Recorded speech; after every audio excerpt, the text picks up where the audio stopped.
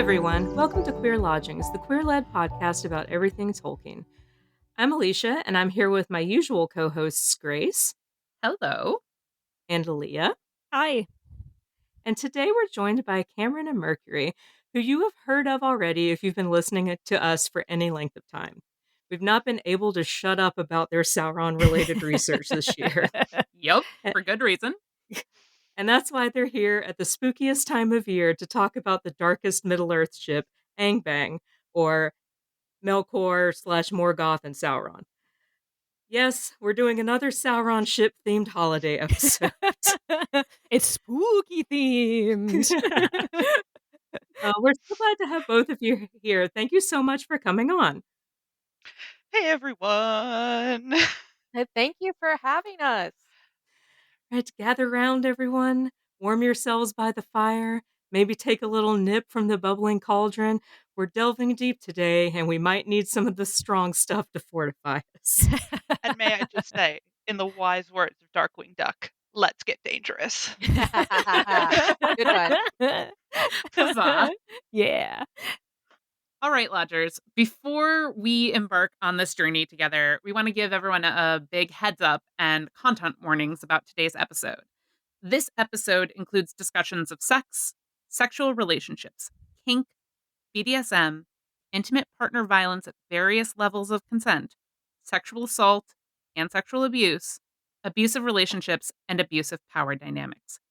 We want you all to listen to yourselves and your needs. So if you need to disengage from the conversation and these topics, please take good care, and we'll see you in the next episode. Otherwise, we hope you consider this episode an invitation to listen and better understand some experiences of fandom and culture that you may not otherwise seek out. We invite you to keep an open mind, a curious heart, and join us for some no-holds-barred freaky shipping shit. All right, before we begin, Cameron and Mercury, could you please tell us a little bit about yourselves? Okay, hello. I am Cameron Borqueen. My pronouns are she, her, and I'm an independent scholar. I first read Tolkien as a teenager in the long ago days of the mid 90s. I fell absolutely totally in love with the Legendarium and everything Tolkien wrote, but I was focused most specifically on Sauron.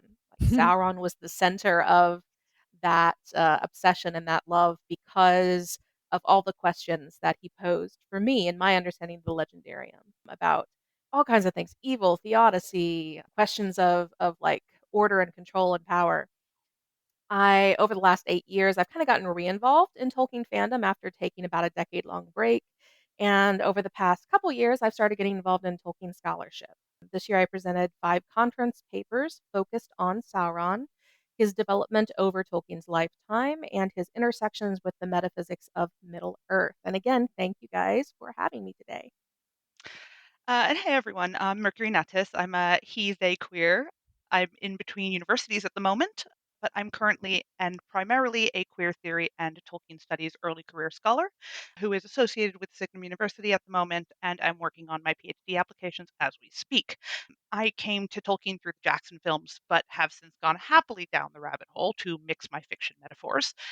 While Sauron isn't my primary focus, he is Cameron's. He plays a major part in the work that I'm doing towards my PhD, which is really looking in depth at the queer mechanisms within the text that are intimately linked with the period in which Tolkien was writing. And my paper for the Tolkien Society summer seminar this year on how Sauron fills the femme fatale archetypical role on Numenor is just one small slice of a much bigger project I'm constantly percolating in my brain these days. I'm super happy to be here. I love you guys. Aw, we love you Aw. too. We are so excited that you guys are here. Yeah. It's definitely been a conversation that we've had a lot of times. Like we really want to talk about Sauron with like these two Yeah. scholars. We're very excited about this. If you've listened to previous episodes, y'all know we've mentioned the y'all so many times, so that it's like, yay, you're finally here. Yay. Yay, time to be degenerates together. Yay. I'm here for the bang. I have my tickets for the bang, I believe. Excuse me, madam, are you here for the bang? Oh, yes, my name is on the list, I believe. Oh, no, don't make me say it. I'm going to say it now. I'm like baiting you now. I'm sorry. I mean, you're here for the Angbang. We know. We're aware. We're aware. Yeah, let me just give some like very general background information. If someone's somehow listening to this and doesn't know what Angbang is, we I'm so mentioned sorry. before yeah, Welcome. yeah. It's Melkor slash Sauron, or Morgoth if you know him that way. It's named Angbang because it happens in Angband, and banging is what is fucking happening in Angband. And if for whatever reason you don't know who, surely you know who Sauron is. If you're listening to this, he's the big bad of Lord of the Rings. He made the ring. Melkor is kind of his boss in the first age, sort of. Boss. Yeah.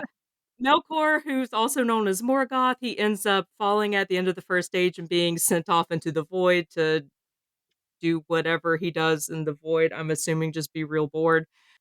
You don't really hear that much about him in The Lord of the Rings, so if you haven't read the Silmarillion, I can understand why you wouldn't know that. But this is very much a first age and previous kind of ship. Yeah. And it's a ship that, even though we're just talking about it now, it's been around for a while, and we're gonna go into some of the fandom history of it. But you just get a peek at that by the fact that this ship, Angbang, and then also Silver Gifting are ships that are referred to by a name that is associated with elements of the characters rather than the more modern portmanteau sort of ship names. So it's just worth noting that, like, we're going into some deep fandom history here. I think that's your cue, Cameron. Oh, that's Yeah. my cue. Okay. That's your We're cue, going into yep. some yes, we are indeed going into some deep fandom history. Yeah. Okay. Okay, so to talk about this, I should first put up this disclaimer that my interest in Angbang, although I'm familiar with the ship and have enjoyed some iterations of the ship, I'm familiar with the ship mostly through the side of Sauron because Sauron is my fixation apparently. So I'm going to be a little bit biased towards him in this. And this fandom history I'm going to talk about is it's partly comes from my own experience and recollection of being involved in fandom from the late 90s until today, with that, as I mentioned, that decade long gap in there. And it has also been informed through some just research online, research through talking to other fans, et cetera, et cetera. So, to give you a bit of that background, I discovered Tolkien online in 1998 when I first discovered the internet because Tolkien was the first thing I searched for. And then the second thing I searched for, I'm pretty sure, was Sauron. Of course, this being during the period where the Peter Jackson films were in production. I think maybe was it pre-production a little bit in 98 and then they started moving into production soon after that. Right. So a lot of the content out there was very Lord of the Rings heavy. A lot of it was confined to things like message boards, dedicated fan sites that had comment sections, but were more based around one particular individual or group of individuals posting content and work. LiveJournal got in there at some point. You had your Yahoo groups, you had fanfiction.net, and in about 2005, you ended up getting the Silmarillion Writers Guild. The majority of that content, like I said, was focused around Lord of the Rings. It wasn't really focused around Silmarillion content, except when you started to kind of get into the more nerdy fandom spaces or somewhere like the Silmarillion Writers Guild. Mm. Silmarillion content also tended to be a little bit more gate kept Hmm. than Lord of the Rings content, again, just because of that dynamic of who had read what and when. Queer content, dark content was much more cordoned off than it is now, but not always. There was some of it out there. A lot of the Sauron ships you ran into at the time tended to be very Third Age centric. Again, naturally, this is the Lord of the Rings period.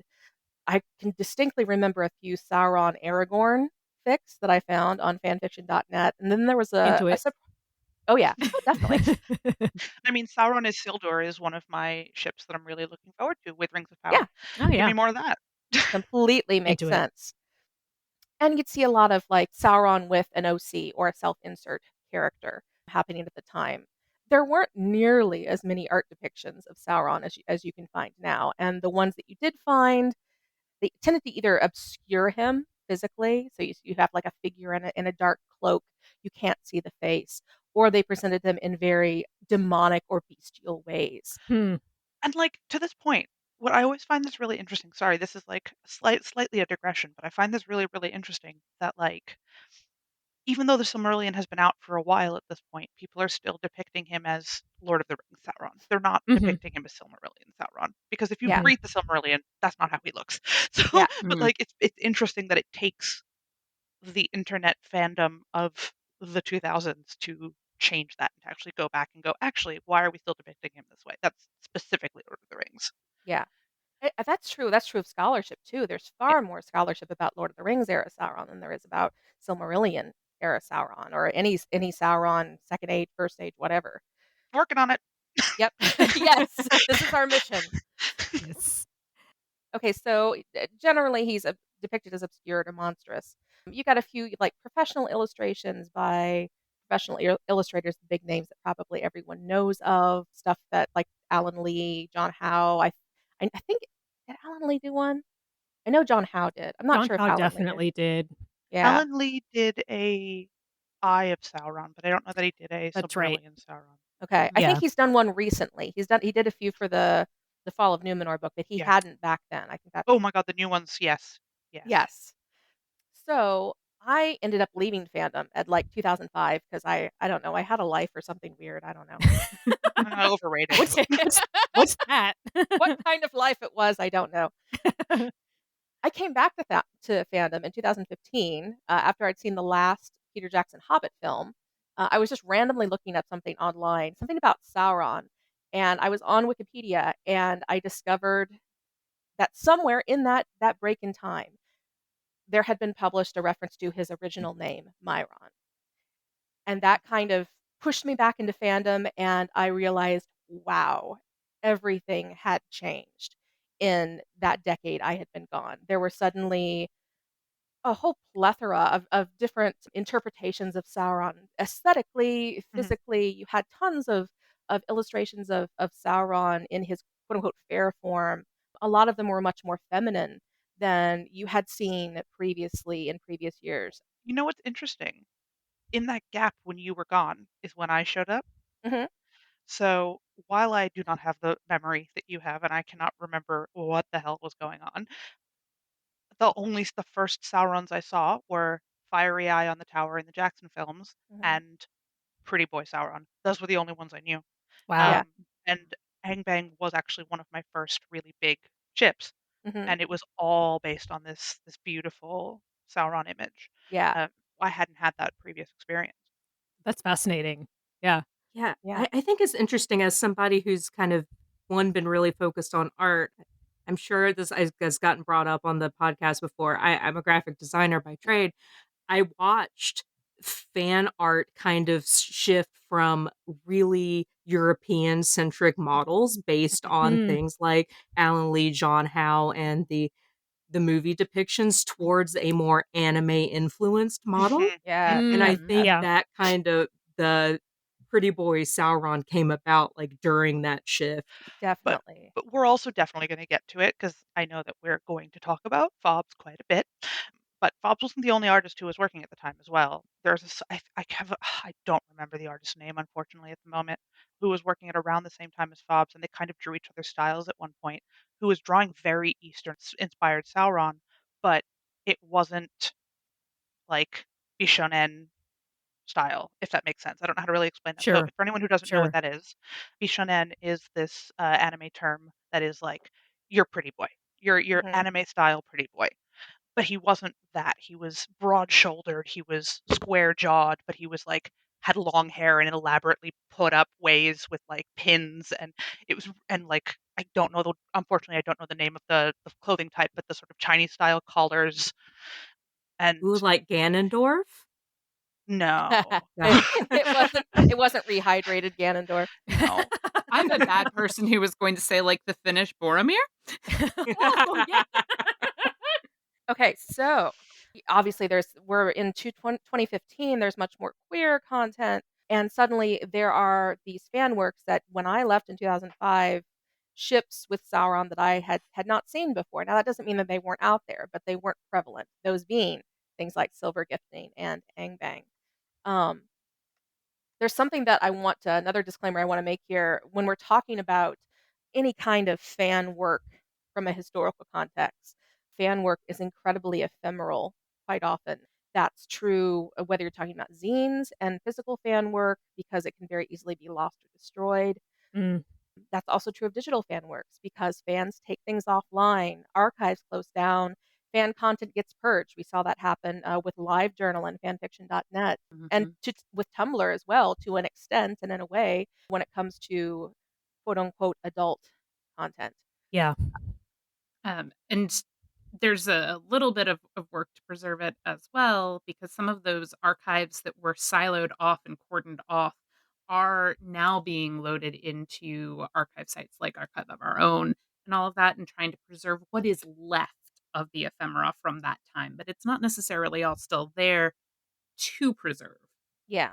And there's some things that I was able to find that represent some of the earliest examples of Angbang that I could find, which did come from individual small kind of niche archives, which have since been loaded onto AO3. But yeah, I'm sure there's stuff out there that is just gone. It's just gone forever. So anything I'm going to talk about in terms of history, there's probably stuff in here that I am going to miss, that I'm going to misrepresent because I wasn't there and because either the record no longer exists or because I haven't found it yet. So I'll plug at the end how you can get in touch with me. This is something that I'm currently working on researching. So if you have information, go to the end of this podcast or listen to the end and get in touch, because I would love for you to correct me on where I may be missing things. I'm so sad that I wasn't in this fandom, like, in this particular ship back then, because it would have been printed out, like, the fan art would have been printed out on my math Yep. binder, Yep. so I would Yep. still have it. I still have printouts of like Final Fantasy VII art. That's nowhere here and there. But speaking of Bishonen, Sephiroth, I just want to Yes. I just want to throw him in here. Kings to be shonen, honestly. Yeah, I want to touch on something before we get like really into the history. You mentioned that while you were gone, Myron became Yeah. one of Sauron's names. I think it's interesting to note that in fandom, a lot of the time, Sauron, Anatar, and Myron are essentially three different characters, even though Mm. they're the same Mhm. person. Yeah, I always find Mhm. that really weird, Mhm. Mhm. Yeah. personally.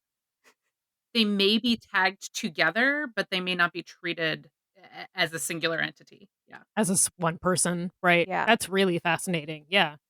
Some of that comes down to stuff that I talked about this year at Oxenmoot in a paper I gave there, which I think because part of that is because in those three different ages, you have Tolkien writing about him in three different periods, and he never entirely, for whatever reason, he never entirely synthesizes those three different periods. Partly because, I mean, probably because these are three different texts. Like The Lord of the Rings is a very different type of text than the Silmarillion. It's Yeah. written in universe by different people. It has a different function. So I think there's a lot of like, I don't like the word canonical, but canonical blah blah textual reasons why that may be happening, along with a slew of fandom reasons why that But may see, be that happening. always really drives me a little bit crazy because, like, don't you want a multidimensional character? Oh Don't yeah, you want a character who is different at different times in their life? Like, I yeah, think that makes him incredibly interesting that he's yeah. different at Oh different yeah, times in his life. Yeah. Not like Agreed. he's not like, to use a poor psychiatric term, he's not having multiple personality disorder or something like that, you know? Like, Right. he's he's one person with yeah. different elements and aspects to him. Well, That's him person, air fundamentally. He's a quotes. shapeshifter. He's a Yeah. shapeshifter textually, metatextually, literally, figuratively. That's who he is. You know, much like all of the I knew Yeah, every yeah. single one of them. Pretty much. Pretty much. Except the thing about Sauron is, I think he's the only one that we actually see shift shape in a story, in a narrative, an active Such a good narrative. story. Yeah. Yeah. Such a good, oh, Yeah. In As text. much as I want to count Tolkien's letter talking about how Yavanna's sometimes just a tree for It's yeah. just shits sometimes a and gigs, tree. you And can't Ulmo really count that. and Ulmo Uh, is the Mm. sea, to And be Yeah, fair. almost We the do get Ulmo ocean. in the sea. Yeah. yeah, that's true. And Yeah. it's also something that we, in the modern age, especially those of us who grew up with any sort of social media like Tumblr or what have you, should understand the malleability of identity, because we've been able to change usernames or blog focuses or academic focuses or whatever throughout our lives. And our lives are much shorter than that of a being who is like in Arda for all of Arda's existence, sort of thing. Definitely. Yeah. I think all of this ambiguity surrounding Sauron and how he has lived through all of these texts and the contradictions that are rolled up in him is what makes him such a compelling character Oh, and like what definitely. makes him so fun to ship. And what makes him such a queer icon. Yeah, in this Yeah. ship, he is way more compelling than Melkor. Oh, Oh, yeah. definitely. Yeah. Mhm. Definitely he is. I Yeah. definitely agree with that. Anyway, so back to the history. Okay, I back wanna to the get back to the history. history. The history of Angbang kind of runs alongside the history of these changing depictions in Sauron. One thing that I actually discovered just in the last year that I didn't realize, the very first extant work of transformative fiction in Tolkien fandom was a short work of fiction that was published in the 1960 fanzine I Palantir, written by George Heap about Sauron. It Oh, wow. was the events of the Lord of the Rings kind of recontextualized from Sauron's point of view. Mm. It's currently, you can actually go look at it right now. It's housed and digitized in the Marquette archives. It follows this trope of the bad guys are really the good guys and they were slandered by the victors, and here's Mhm. what really happened kind of track, Mhm. Right. with the idea being that it was Sauron's intention from the beginning for the One Ring to be destroyed, such that the three rings would be destroyed with it, lessening the power of the elves, which the document calls the immortals, and freeing men from the tyranny of the elves and letting Mm. them live in freedom, which is a theme that's going to come back up with Sauron and Melkor and ultimately the ships that surround them. This is something it's this is 1960. This is written pre Silmarillion, so it's part of a time in fandom where you had fans who were kind of debating and questioning and very curious about what the Silmarillion might contain. Mm. And so in a sense it interacts with that question as well, with fans trying to, I don't want to say create their own Silmarillion, but to try and understand without having any of these primary texts what that history that they're getting a glimpse of in The Hobbit and Lord of the Rings might have really been. Mhm. Something that I want to plug, Don Walsh-Thuma, Kate Coker, and Maria Alberto have all done some really interesting work on fandom studies and the history of fandom, including around Tolkien. And there is a piece called Affirmational Fandom, Transformational Fandom, and Two Old Tolkien Fanfics on the Silmarillion Writers Guild website, which Don Walsh-Thuma wrote, which talks about this piece. It's called Departure in Peace. So you might want to check that out if you want to learn more about it. That same reversal I was talking about, it's really reminiscent of what happens in a piece that's probably more well known to anyone who is familiar with transformational works of Tolkien. It's the Russian fic that's actually been published in physical form, The Last Ring Bearer, by, I hope I'm saying this, Kirill Yeshkov. I so want to read that. Like, I so want to read that. There is apparently an English translation online. There, I was Okay. gonna say I have encountered the English translation online. Yeah. So, yeah, The Last Ring Bearer is definitely one of those. I kind of feel like if you've been online in Tolkien fandom for kind of any length of time, I think you kind of eventually sort of run into it or at least hear about it. That Yeah. might be just my perception, but I kind of feel like this is sort of like once you reach The Last Ring Bearer, you've kind of like I don't know, you pass through a gateway into real Tolkien fandom nerdery or something like that, where you're like, oh yeah, here's like the final gate into I don't know nerdvana of Tolkien fandom. Cameron, Yes. what was the distance in time between The Last Ring Bearer and the Black Book of Arda? Book of Arda actually predates Last Ring Bearer by, Okay. Oh, that's interesting. I've seen anywhere from like 6 to 7 years. Okay. This might be a good place then You to wanna start in? I was gonna say I have never heard of the Black Book of Arda. Tell us a little bit more about that. So the Black Book of Arda was written initially, I believe, in either 92 or 93. I've seen a few conflicting dates on that. Although there were rewritings and re-releases of it in physical print up through I think 2002. I Hmm. may be wrong about that, but there have been a few. It's a piece written by Natalia Vasilyeva and Natalia Nekrasova, and I'm so sorry if I'm mispronouncing that. I've only read the first 3 chapters, and I read them last night. Thank you, Alicia, for sending me. Yeah, also very um, excited to read that. Alicia coming in clutch, yeah. they can be found on the Wayback Machine. Yep. That's the only way you can find them. The website has been purged. I will put a link in our resources. Yes, Yeah. and it's Uh, only the first 3 chapters that have been translated into English, so that is all I am familiar with other than through just fandom osmosis, hearing about it from other people. This is also me calling to arms any Russian fans who want to translate Yes. the Black Book of Arda for us. We'd be Yes. super happy about it. Or any Portuguese speakers, because there is a Portuguese translation of it as well. Yes, exactly that. So basically, it takes a similar tack to The Last Ring Bearer in that it does a what if all of this is biased and it's actually the bad guys who were the good guys, and history as we know it in the Silmarillion was written by the victors. It's one of those pieces that takes Tolkien's assertion that these are texts that he is translating that were written by in-universe characters very seriously and says, Mm. well, they didn't know what they were talking about or they have a biased perspective, etc., It's etc. Noldor propaganda is what Yeah, it it's is. Mhm. it's the Yeah. Noldor Mhm. propaganda, except it's happening in the case of Lord of the Rings, it was happening with the Lord of the Rings text. This case is happening with the Silmarillion text.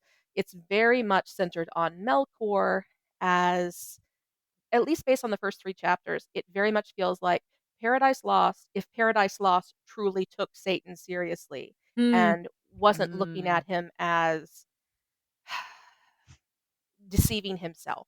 Now Mm. that may change in later chapters. I can't read them, but the first 3 chapters are very, very solidly in that vein of interrogating these theological questions that the legendarium raises, including some really tried and true real world questions about free will and the nature, knowledge, and goodness of God. And the thing is, like, and we're going to see this as we continue on with the history, that the Russian fandom has a huge influence on this ship. This ship Mm. was pretty much created, in my opinion, by the Russian fandom Mm. in a lot of ways. Like from the Black Book of Arda to Fobs, who we'll talk about, and onwards and upwards, I guess.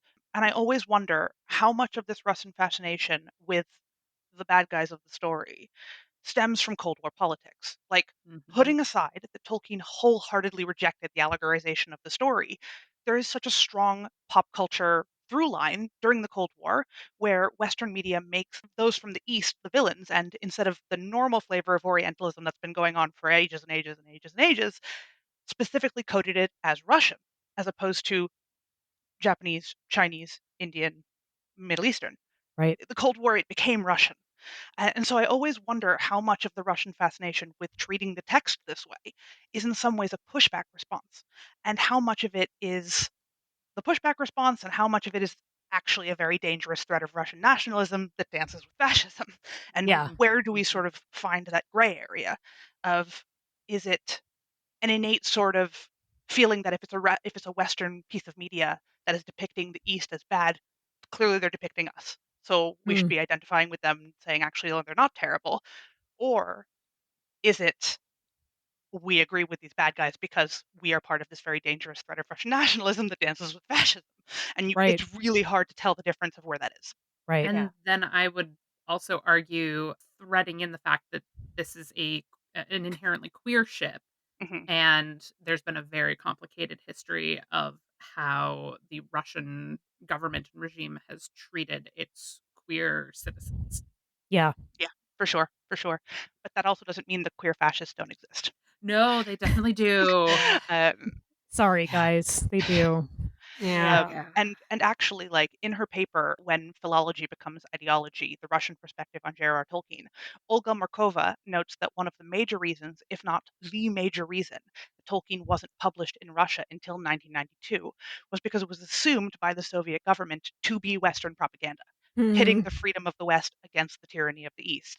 And while Mm. we know that's not true now, and Tolkien hated that reading, it totally tracks that people used to this kind of dichotomy coming out of the West would sympathize with the baddies because they're so used to sympathizing with the baddies who are so often an allegory for them. Yeah. So it absolutely tracks. Just like queer people. Hmm. Yeah. Hmm. Mhm.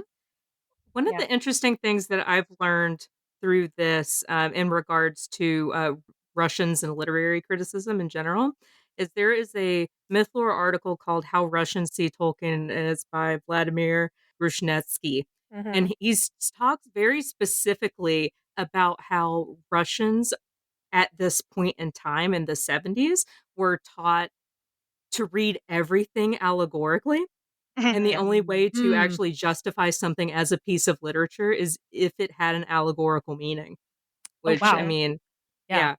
yeah. M- My parents are both Soviets, and that is completely true, completely Mm. accurate. Mm. Yeah, I yeah. think we also can't ignore that during the Cold War, though this was not Tolkien's intent for allegory, there are certainly people in the West who read it as that type of allegory to make Western culture the good guys and to justify Yeah. Western culture as the good guys in opposition to Soviets and communists in the Yeah. Cold War and, Mhm. queer people being accused of being communist here in the United States and all of this. Like, these are all very complicated threads that lean into some of the ways that Tolkien may have been viewed in Russia because of the context that were going on in the rest of the world. And 1984 and Lord of the Rings came out really, really close together. Yeah. Yeah. Yeah. Mhm. That makes I a lot think of sense. there's something interesting in what that paper that Alicia mentioned, how Russians see Tolkien, the Grushnetsky, excuse me, paper. He contrasts in talking about how the effect that the Lord of the Rings specifically, because this was written in the 90s, and at that time the Silmarillion hadn't been officially translated into Russian yet. But he contrasts what he sees as this ethical and moral framework that's apparent in Tolkien with the communism that he sees Russia coming out of, and claims that, quote, because Russia has existed until recently as a totalitarian state, Tolkien's words about a prisoner escaping from the walls of a prison have a special relevance here. And for anyone who doesn't know, that's a quote from On Fairy Stories.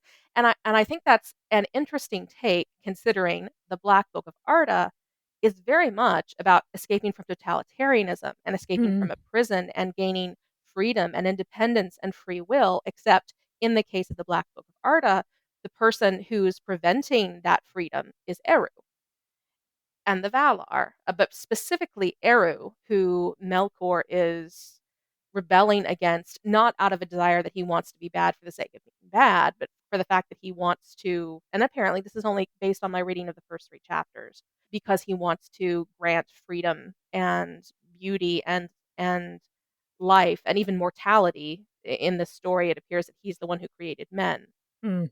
to other sentient beings. So it's an interesting twist if what Grushnetsky is saying is accurate about Tolkien fandom at that time. Yeah. Comrade Melkor. But that's also, like, so dangerous. Yeah. Yeah. Like, I do wanna make a good point, like, while I do think there is tremendous value in considering the idea that we are being given a biased depiction of our enemies, it's super, super valuable, especially in regards to, say, the orcs, who are caricatures and racist caricatures in a lot of ways. It's such a slippery slope from maybe we haven't been told the whole story to, well, maybe the enemies are the good guys. And Tolkien's morality is not that gray. Like, it's gray when it comes to humans and humanoid allegories, or analogs rather, but it's less gray with the theological characters. The theological characters are a lot more black and white in what their Mm. morality is. And so if you're saying that this character who Tolkien has specifically written to be a tyrant might actually be the good guy, what are you doing? Is this how we end up in the bad place? Like, Yeah. That's a really good point. And I guess it kind of like speaks to some of the power, I guess, that can be behind some of these transformational fan works and kind of considering where you can go with some of these things. And yeah, that's really fascinating. I actually hadn't heard of the Black Book of Arda before you guys had mentioned it. The only real kind of major, I guess, text that kind of dealt with this sort of perspective was the last ring bearer. So yeah, I super appreciate you guys bringing this up and talking about this. I think this is also really interesting to consider in the context of some of Tolkien's letters, particularly letter 246, where he's reflecting on like who would have as a ring bearer been a poor choice or been worse as a ring lord than Sauron, and he comes Hmm. away with the assertion that Gandalf as ring lord would have been far worse than Sauron. He Hmm. would have remained righteous but self-righteous. He would have continued to rule and order things for good and the benefit of his subjects according to his wisdom, mhm, which was and would have remained great. Hmm.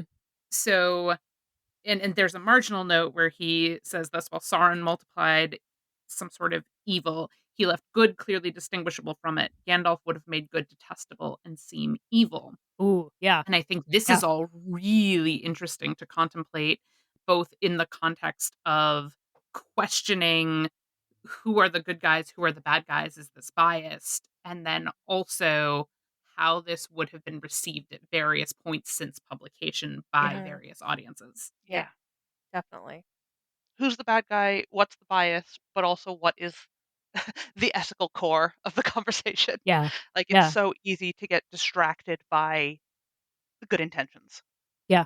And a question too of even if it is propaganda, even if Mhm. we've been sold a false bill of goods, does that automatically justify the actions of the quote unquote bad guys who we're Mhm. now Yeah. reconsidering? Yeah. Yeah, now Yeah. we're getting a little too close to politics. Yeah. Yeah. A little maybe poignant. timely Yes, definitely. discussion. Mercury, your point about how Tolkien is more morally elastic with humanoid characters Mhm. versus the more godlike characters is really interesting because when I was reading I read the first one chapter of Black Book of Arda. It was too flowery for me. I couldn't get very far in it. But it was giving me big Feanor and Manwë vibes. Like Ooh. Mm. Melkor is like chafing against what he sees as a stifling kind of overlord and just wants to Mhm. kind of do his own thing, right? In the same way that I personally read Feanor as someone Mhm. who's just trying to do what they like. Now, I'm not saying Feanor is not a fucking dick because he is, but he just wants to like do what he wants to do, right? And Yeah. he wants Manwë to get off his dick and just let him do what he wants. And I get that same kind of vibe with Melkor. So I think Mhm. it's Mhm. an interesting treatment because it is something that I personally read as paralleling something that Tolkien wrote. But I think the difference between the levels of power of the beings is an interesting difference that I hadn't really thought about while I was reading it. And it's giving me something to chew on now. Yeah, and I wonder if again, we are getting off topic, but I wonder if again, I wonder if so much of that is Tolkien the man versus Tolkien the Catholic. Yeah. And Hmm. like Mhm. Mm. Mhm. when he is talking about people, he is a lot more forgiving. He is a Yeah. lot more forgiving. He's a lot more compassionate. He's a lot more sympathetic.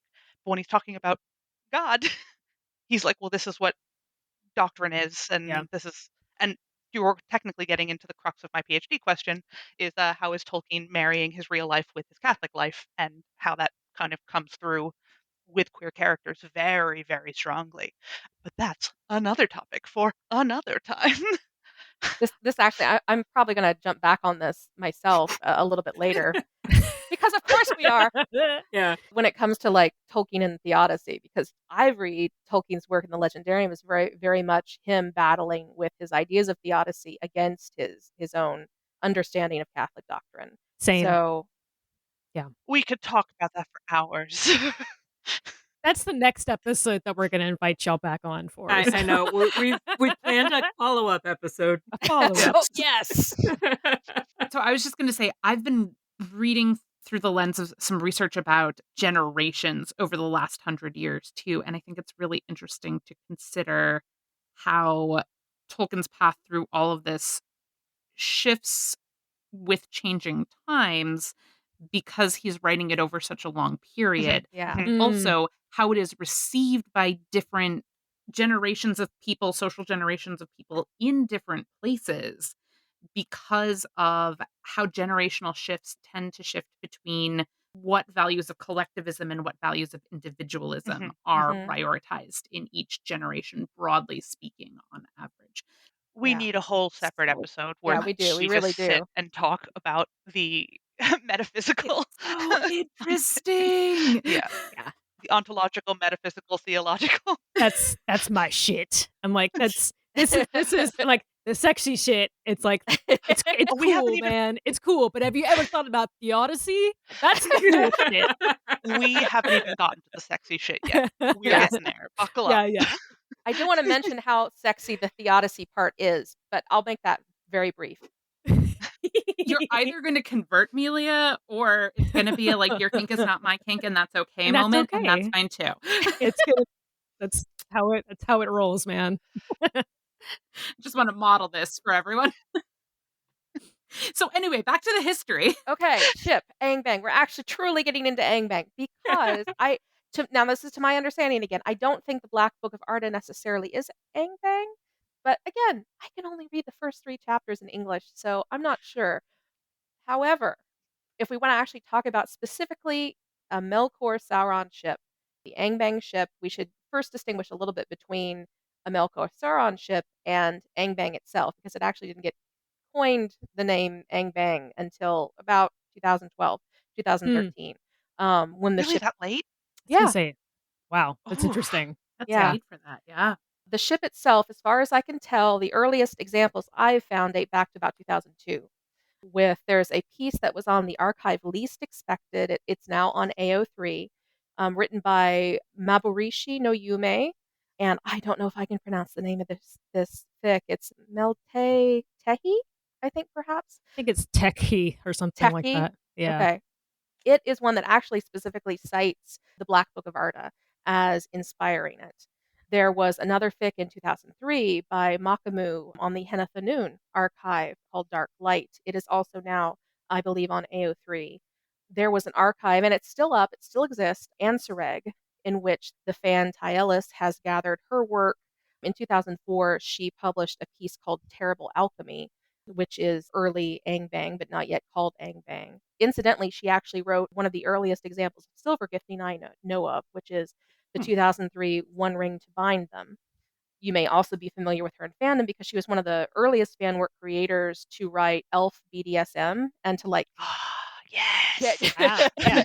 she like created a whole set of rules around it, which I think is what Ansereg refers to. Again, which I'm Mm. probably mispronouncing that, but she is also pretty famous for having written a 2003 essay on what Tolkien really said about elf sex, or what Tolkien really said about sex. I don't remember the title exactly.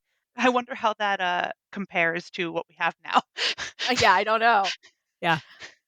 Let's see, published a piece in Malorn called Warm Beds Are Good about. We have Mhm. cited that I was before. You gonna have? say, Have. we've Yep. cited Yes. that. Awesome.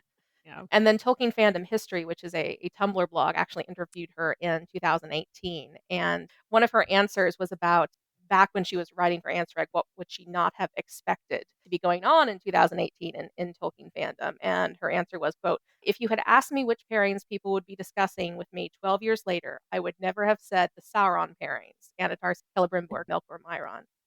So in this period around 2002 to 2007, you also see a bit of a surge in Sauron content in the Silmarillion Writers Guild, where you see a Melkor Sauron ship as kind of a background ship.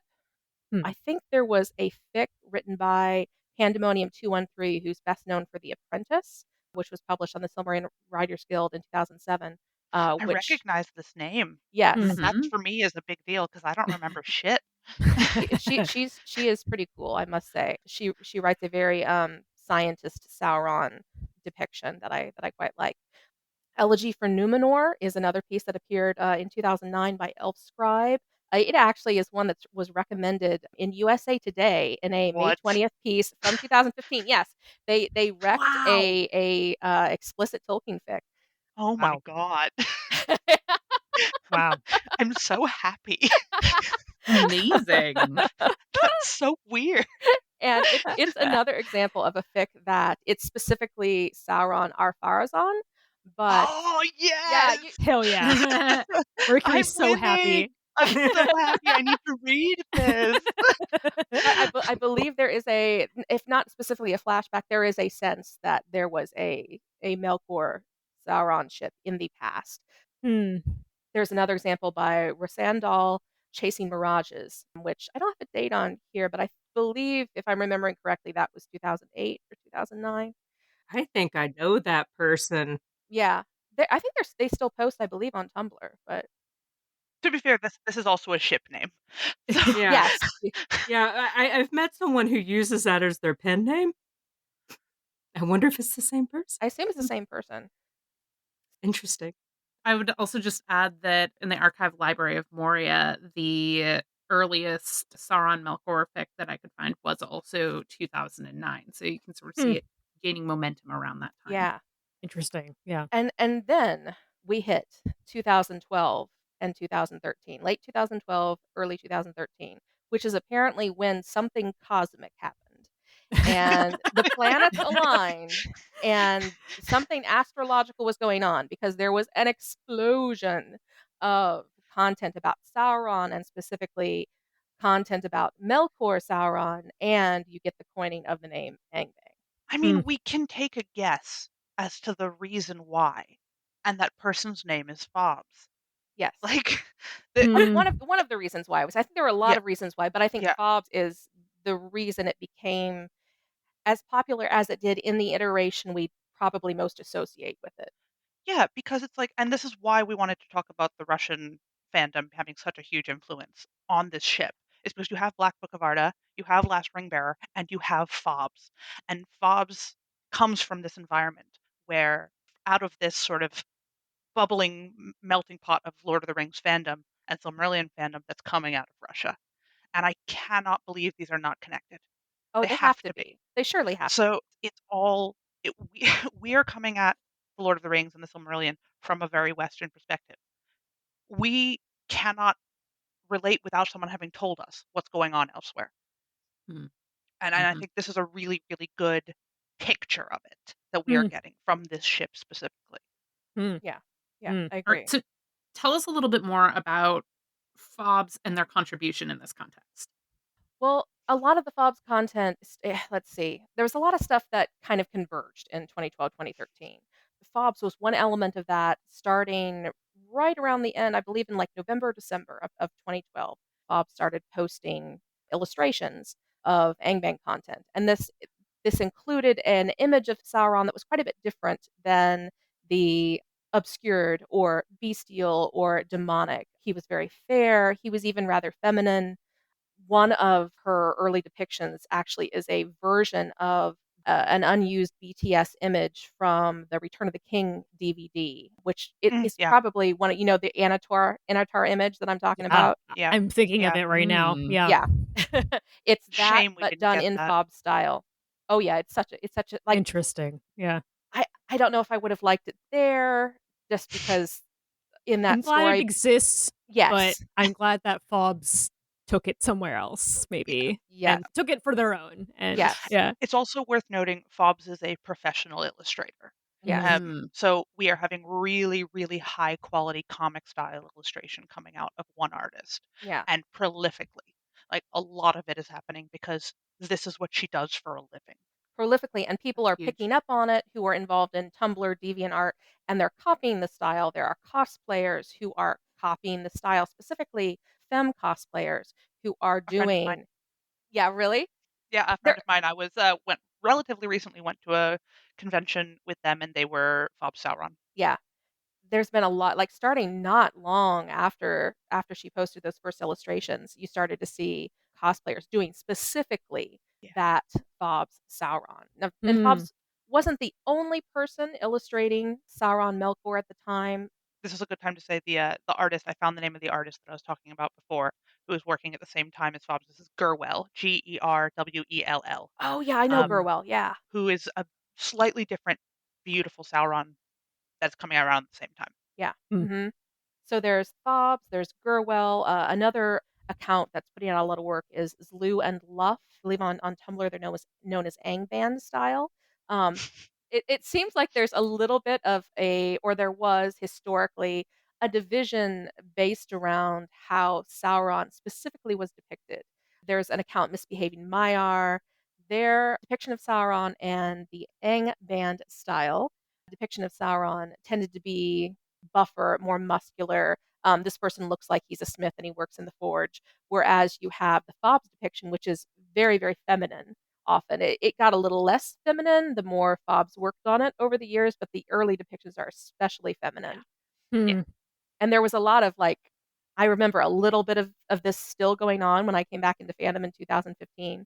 But there was some contention in some quarters over which is the preferred look for Sauron. Generally What? speaking, I think Phantom Wars? yeah, What? who would have Yeah, ever thought? shocking. Yeah. Yeah, First thought. What? I do want to jump in and just point out that one of the notes for this section is who is the sparkly twink? Yeah. It makes me laugh so much. Question. It's like because they're the Angband style and the misbehaving Maiar images, Melkor is the sparkly twink. He's the one with the flaming Oh, golden yeah. hair.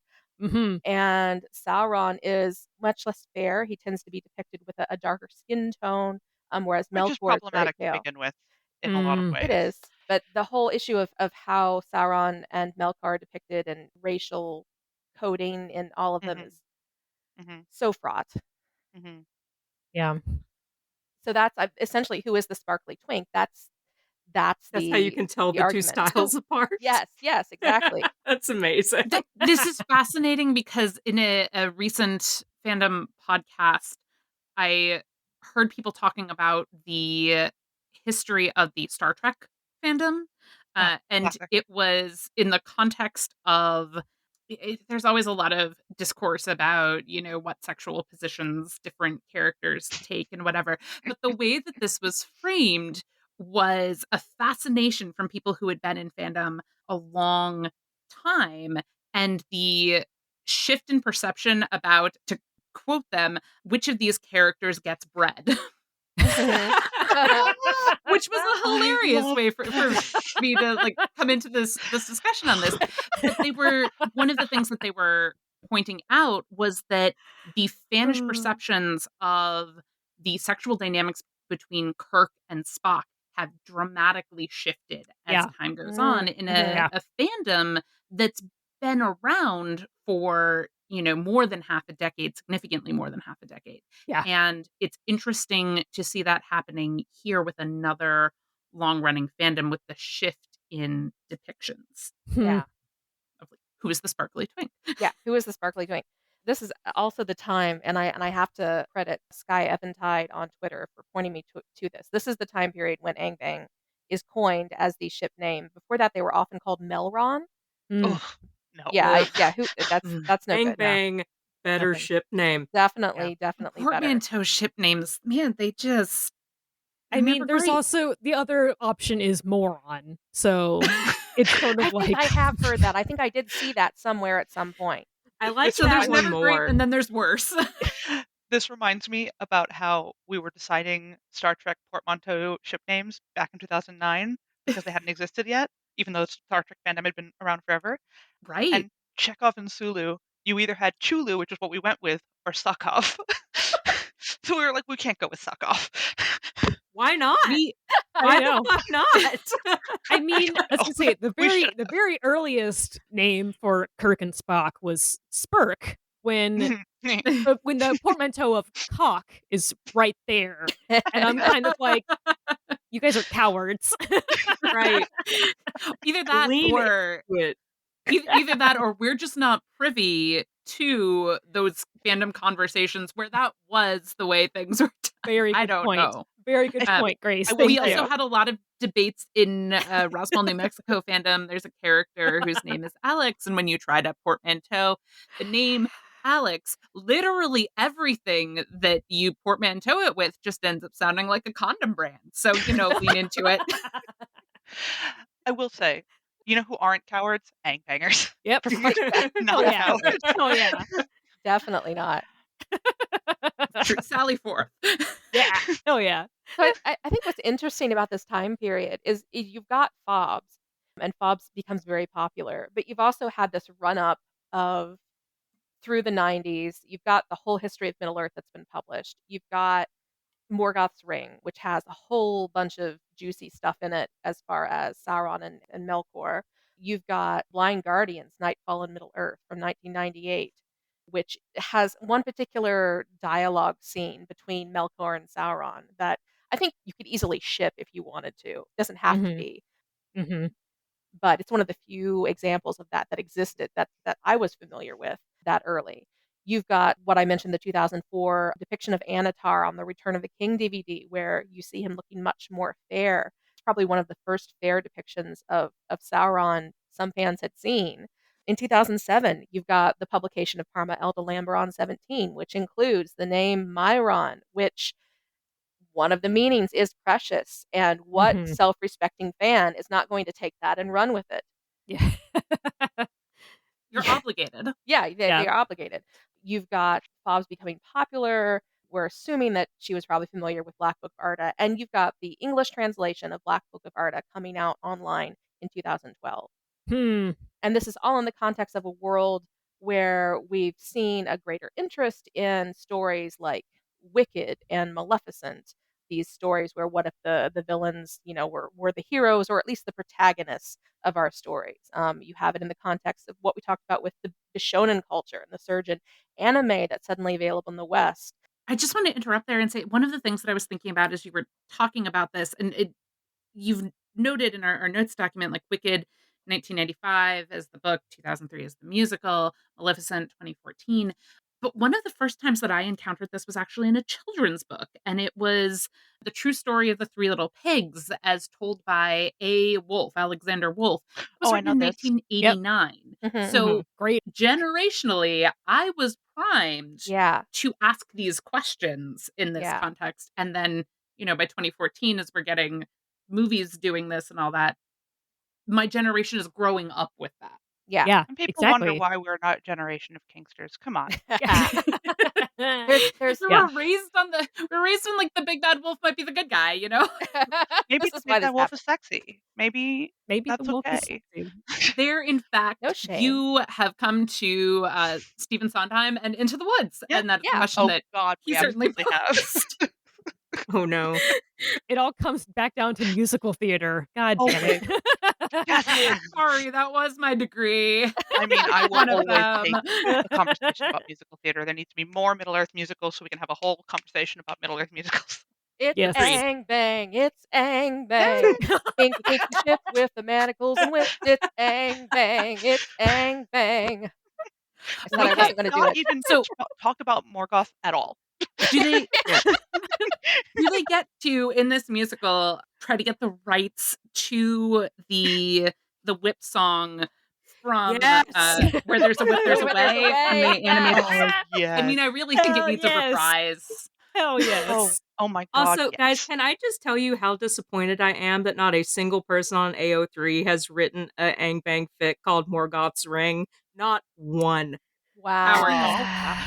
To be fair though, I Cowards. literally so I have 6 Angbang fics bookmarked on AO3. One of them is all about cock rings.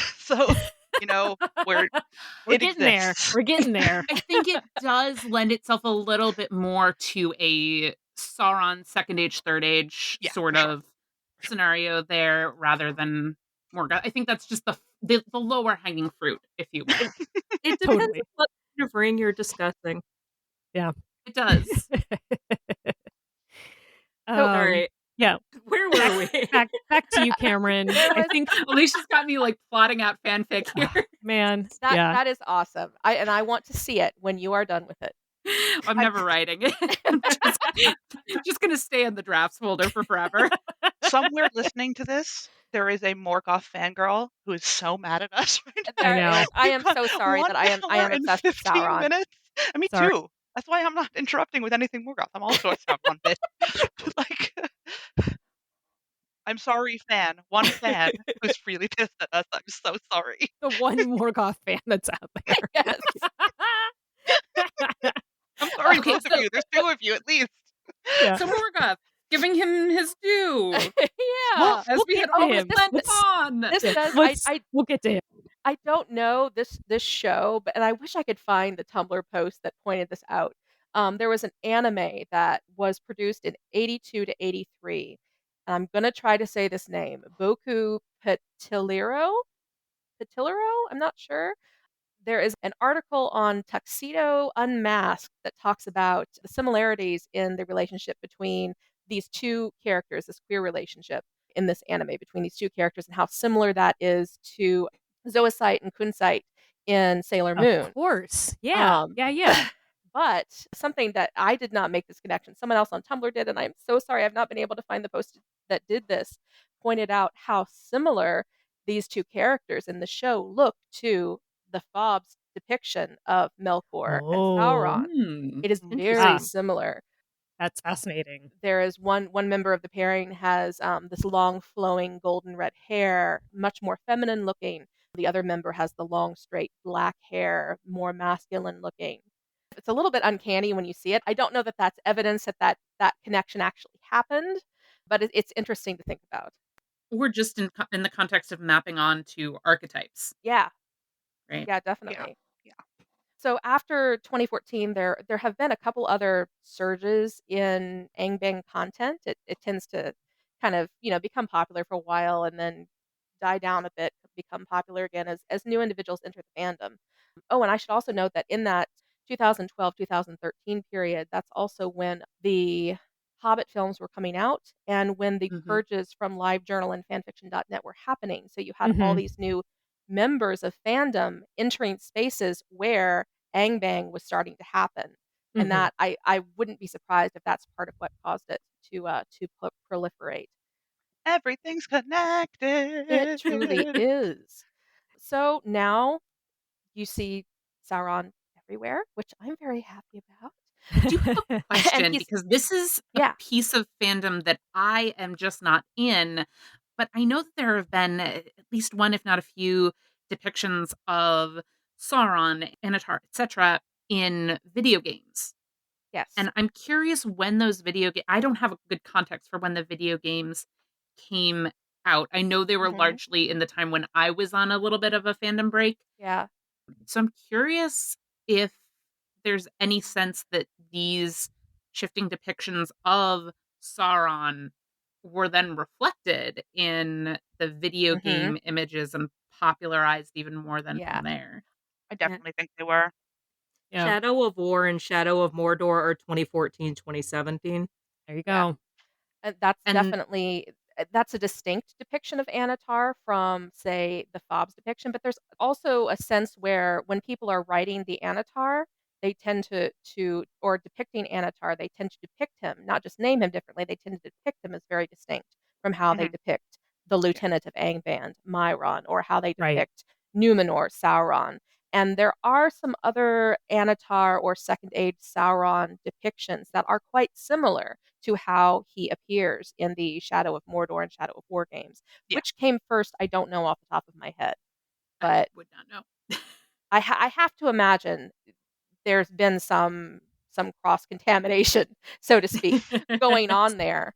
Totally. I would be shocked if there wasn't, quite honestly. But so As currently, Mercury said, everything is all connected. everything is Everything's connected. connected. Man.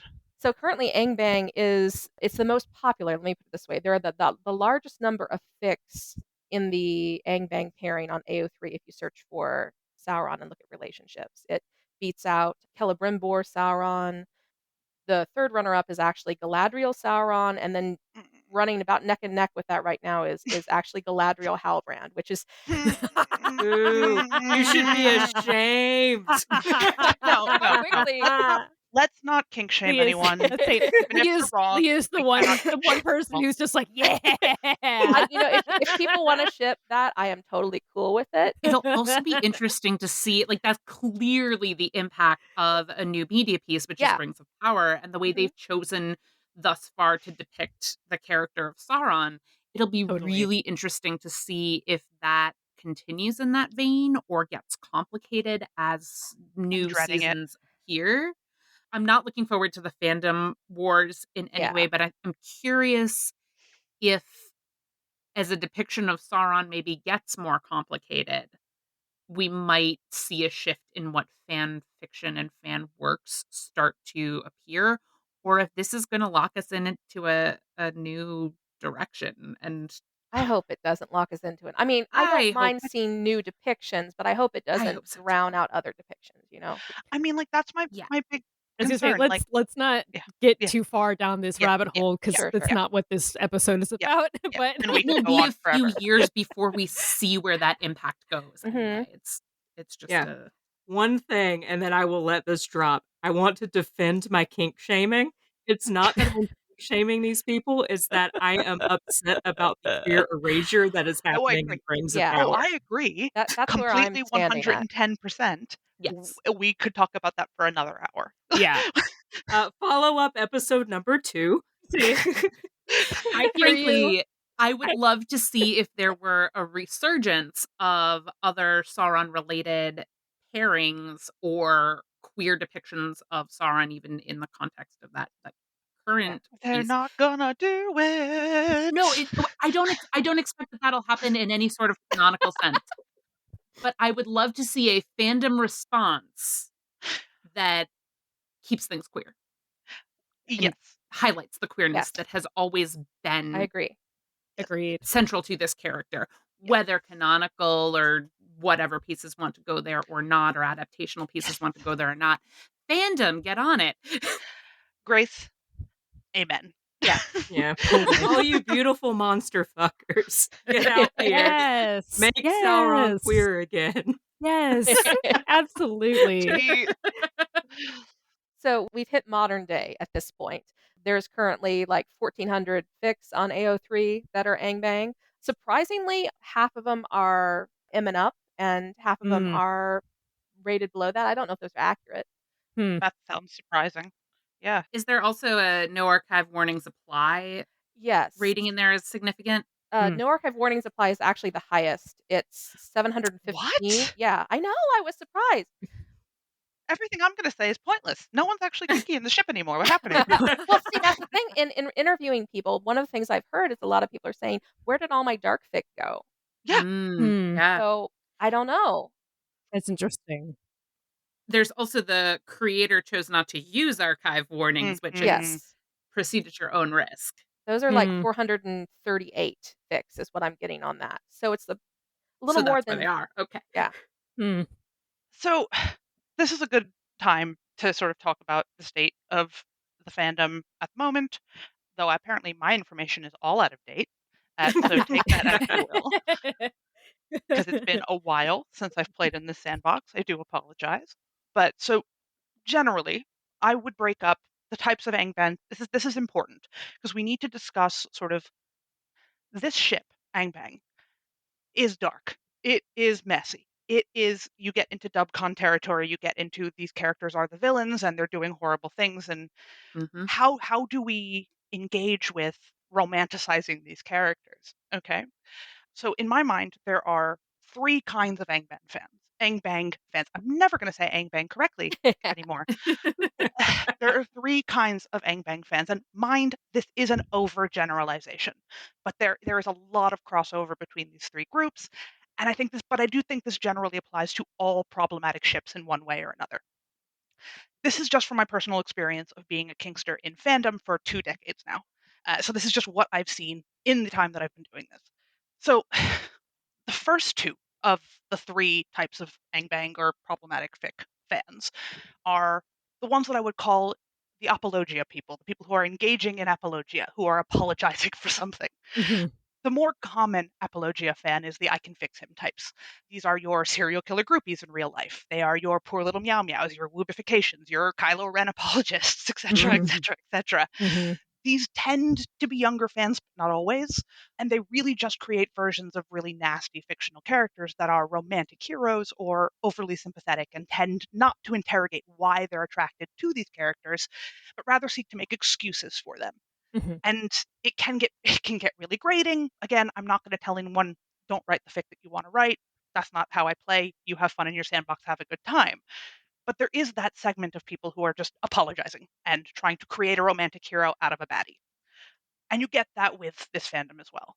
The second type of apologia fan, which is a lot less common but is definitely still there, and we cannot ignore them, and Fobbs is unfortunately one of these, or at least was. We don't know if she's changed her mind about it, so I don't want to entirely slander her, but if she has in fact changed her mind about it. And those people are the ones who genuinely agree with these problematic characters and their behavior. Yeah. These are your Nazi fetishists, generally. These are your stealth fascists who will turn a blind eye because they secretly agree, but they know better than to say anything. Yeah. These are the people who think Hitler had some good points, or that we should sympathize with real villains of history beyond just surface level understanding of Yeah. why they did what they did. Right. From what I understand, this was a big problem in like Hetalia fandom. Both of these kinds of apologia were. It's a big problem with Attack on Titan fandom because the show is built on an anti Semitic framework. We can, based on the information that we have, assume that Fobbs is or was one of these people. Mm. I don't know if you can still find this art on her Tumblr. I did not go looking for it, but I distinctly remember that she drew fan art of key figures of the Axis powers. I distinctly remember Hitler, Mm. Cool. Goebbels, and Hirohito. Oh, Cool. Okay? no. Yeah. That is Very a cool choice. and good. Yeah. Oof. And and if I remember correctly, though please on this do not quote me because it has literally been over a decade, she dug her heels in about it when confronted, saying something along the lines of, just because I find them to be interesting people doesn't mean I agree with what they did. Oh boy. Well, good. What it's like, what's his face with the garden of dictators in his Oh Yeah. shit, yeah, I and forgot his about that. Nazi napkins where he's like, "Oh, I Oh. just keep this memorabilia to remind me of how Yeah. bad they are." And like, and to be fair, like, this is not a bad thing on its own. Like, we're historians. We sometimes find shitty people super interesting. But I'm not going to go around writing fanfic or drawing comics of Jeffrey Dahmer, who I personally find really interesting. This whole thing is a big red flag in my book. Now, again, I don't know if she ever apologized for this. I don't know if she ever took any of it back or if she ever changed her mind. I know nothing about it further, and I don't necessarily care.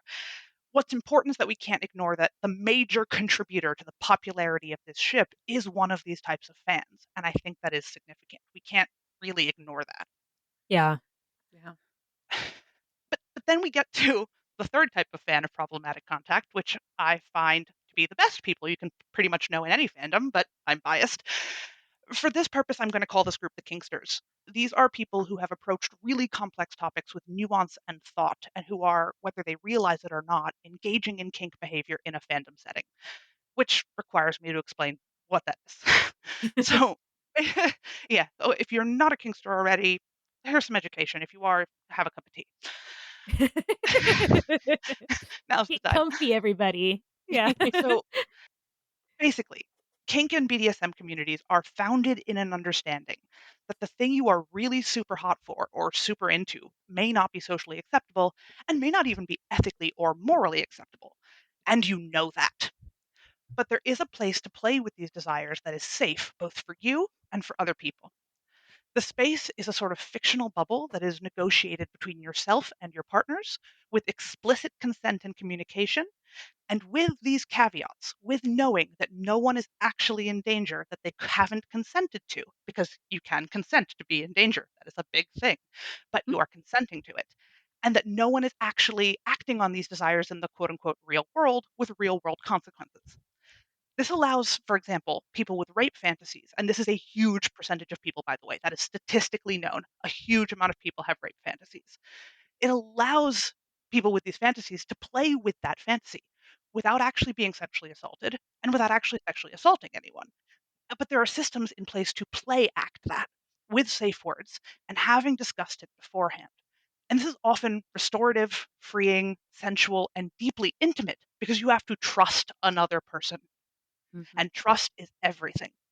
All of this to say that Kinksters are really good at understanding the difference between fiction and reality. And through fiction, through this bubble of unreality, we can explore the worst parts of humanity from a safe distance. And that's fun. That's why the horror genre exists. We as Yes. humans Mhm. enjoy that thrill, but have the morals and ethics to know what isn't okay, usually. Yes. And I believe that a lot of what fanfic writers are doing, especially with fics like Angbang, is engaging in the same behavior, whether they realize they're doing it or not. Fanfic is a safe space to explore the really nasty things humans get up to. And as long as you tag your content appropriately, your readers are consenting to engage with that content. And Mhm. these, I think, are the best gangbang shippers. We have a lot of fun getting really nasty and weird and violent and questioning lines of consent, but everyone who's reading it has consented to read the fic. Yeah. Thank you so much for kind of taking us through that because I think that's such an important element of kink that a lot of people may not sort of understand on the surface level when like they first think about it. And I think that that's such an important conversation for people to have amongst themselves, like not just in fandom, but particularly in fandom, because there tends to be cultures that emerge out of kind of a performance of morality Yeah, that Or a pressure for it. or yeah, exactly. That sees these bubbles of unreality and mistake them for reality and yeah, make judgment calls based on those that are really, really dangerous and really, really nasty. And I also think that a lot of people, like in general, should be educated more about kink yeah. and about what the ethics are kind of behind it, what the appeal is behind it, because I think that there's a lot of misunderstanding before a lot of people because they just see like, oh, it's violent, therefore bad.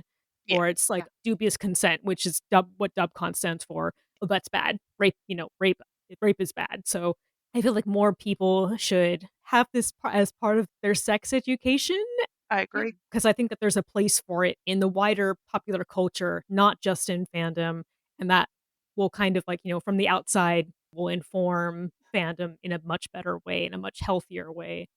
So yeah, Yeah. thank you for taking us down some of this, Mercury. I really appreciate it. And there are some complicated pieces of, as you learn more about this topic, there's not just one way to do this safely and ethically, Yeah. right? There's different frameworks. There's, as a shorthand, safe, sane, and consensual. There's also RAC, which is risk aware consensual kink, where, like, Mm, as Mercury noted, like, there you can agree to be in some level of danger and have the means to get out of that, and to safe word out of that. And in the context of fanfic reading, you have that as well.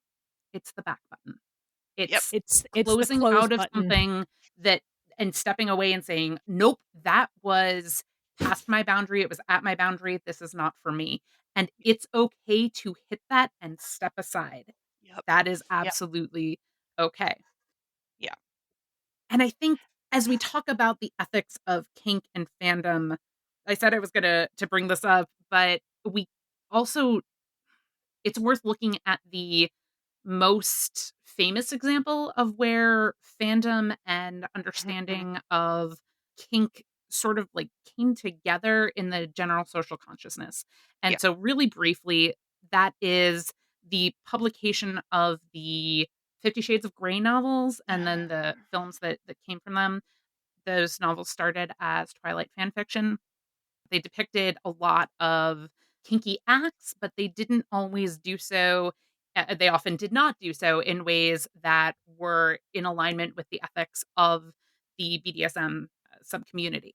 Yeah. And so they came to the attention of a very large, very hegemonic piece of Mhm. the population. And some of that was great. It raised awareness that, these very interesting things are out there that people may have wanted to get into. But the framework that they provided was used as a little bit of a manual for how to get into this in a way that didn't set people up well, and that Yeah. was a lot. There was a lot of discussion within fandom and the kink community and the publishing community, and all of this about the ethics of that particular depiction. Yeah. And, like, just very quickly to add to that, like, dubious consent and bad kink rules are perfectly acceptable in fan fiction if you have warned for that. Yeah. Mm, If you are not saying this is a good example, yeah. like, we'll get to that with Angbang. Angbang is not a healthy ship. It's not a healthy ship. It's not a healthy communicative ethical relationship, but it absolutely is a DS relationship in a lot of ways. Mhm. But we as readers can ethically engage with it by saying, tagging it appropriately and hitting the back button if we don't want it, Yeah. you know? Yep. Yeah, I do want to go on record. 50 Shades is a particular sore point for me. Mhm. Why 50 Shades is so dangerous is because it did open up BDSM and kink to a large audience while depicting what is romanticized relationship like sexual abuse Yeah, yeah, as for sure. Mhm. kink, and that's not what's And depicted emotional in those abuse. Exactly. books at Exactly. all. Yeah. Emotional and like intimate partner abuse as And like Essentially, you yeah. can play act that kind of thing as part of kink, but Yeah. you have to consent to it, and there's no consent there. Yep. and Yeah. essentially the way that book was tagged, marketed, read, and picked up was not accurate. Yeah. Yes. It was perceived as a romanticized relationship rather than dubious consent, under negotiated consent, Yeah. abuse, like As all of yeah. these things that if you knew that's what you were reading and the author knew that that's what they were writing, the tags would have told us something very different Yeah, for sure. than what ended up being the cultural trend.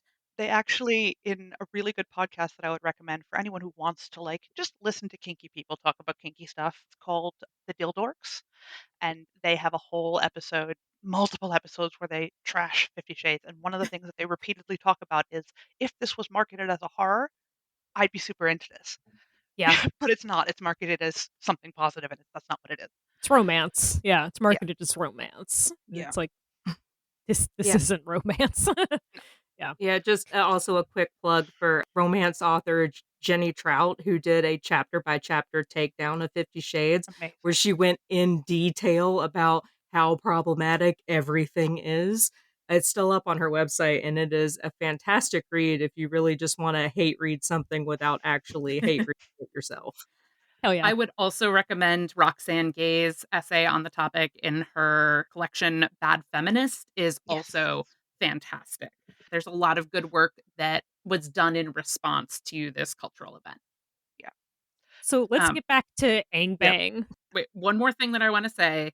When we are reading fanfic, we can get a lot of important context and empathy building and a lot of things out of fanfic. Yeah. But unless something is written as a manual or how to do something, how to get into a particular event or subculture or anything like that, we should not take a piece of fan fiction and use it as Yes. an instruction manual. Yes. Yes. And That's if it is really written as an important. instruction manual, it needs to be peer reviewed by the people who Yeah. are part of that Yeah. For sure. subculture. Yes. It For sure. needs to be a Yes. good resource instead of just an available one. Yeah. Yes. So as long as we're not reading our like delightful dark fic as the manual for how we should operate Yeah. Yeah. anything and romanticize anything and find that normalized in our own lives, Yeah. we are okay. Yeah.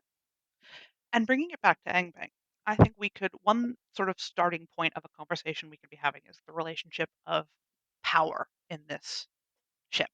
So I think personally, a really, and now that we're entering it with the framework of we're in our little bubble, we have all consented, we are all consenting adults who have consented to read dubious consent and potential sexual assault and violence and all of that. We've all consented to read this. I think a really big reason why the ship is so popular is because it taps into something fundamental about kink, and that is that kink is in many ways a reclaiming of power. Mhm. So there's a really interesting 100%. article. Yeah, yeah.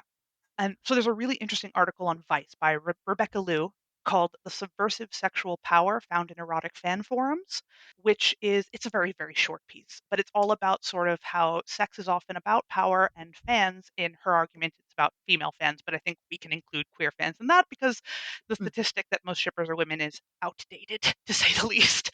But so her argument is basically that fans are able to feel powerful in a powerless world through kink in fandom. Mm. She quotes a Janelle Monáe lyric, "Everything is sex except sex, which is power," and then says about weird kinky fanfic that it's, and this is a quote, "It's a big fuck you to the way in which mainstream culture drip feeds us one singular meaning of sexual attraction, dictating not only who to desire, but how.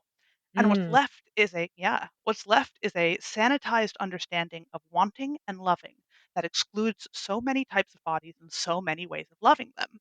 The form of attraction seen on Tumblr's kink communities allows for disgust, pain, and absurdity to be sources of arousal in ways that dominant heteronormative mindsets about sexuality do not." Now, she's talking about people who want to fuck Venom or Pennywise, but I definitely think this applies to Angbang as well because Yeah. Yeah. yeah, power and the evils of power are such a heavy through line in Tolkien's work. Yeah. He wrote these two villains in particular to be all about trying to be powerful. So, of course, if we're looking for subversion of power, hello, perfect. They're hot because they're powerful, even if they achieve their power in horrible ways. They're Yeah. hot because they're powerful. Right. And like, there's another thing, there's from an article by Justin Lee Miller called "The Psychology of Sadism: Why Some People Are Turned On by Others' Pain." And this article lists a whole lot of reasons of why people might be into sadism as a kink, but one really stands out in terms of Angbang, and that is, quote, "This pattern of findings suggests that, for some men, sadistic fantasies may be a way of exerting control that they don't otherwise feel they have, or perhaps compensating for a perceived deficiency or something that they feel is lacking in their own life." Mm. Like, that just screams Sauron to Off me. Sauron, off Sauron. Yeah. Yeah. Yeah. Like, yeah, Yeah. I think also fanfic allows us to interrogate all of this at a remove, like a very personal view, but a safe and removed view as well. yeah, It is that safe space between us and the screen as well. yeah, yeah. I feel like the discussion about power is really useful here as well. And I also want to say that, like, I was talking about FOBs and the Russian influence, and I really don't want to paint all Russian Angbang fans as like FOBs. Mm. I'm 100% sure that there are a great many of them who are engaging in kink discourse behavior the way that everyone else is. It is notable also that the translator of the 1992 edition of Lord of the Rings into Russian, Vladimir Muravyov, specifically noted that The Lord of the Rings is a book about the nature of power. Right.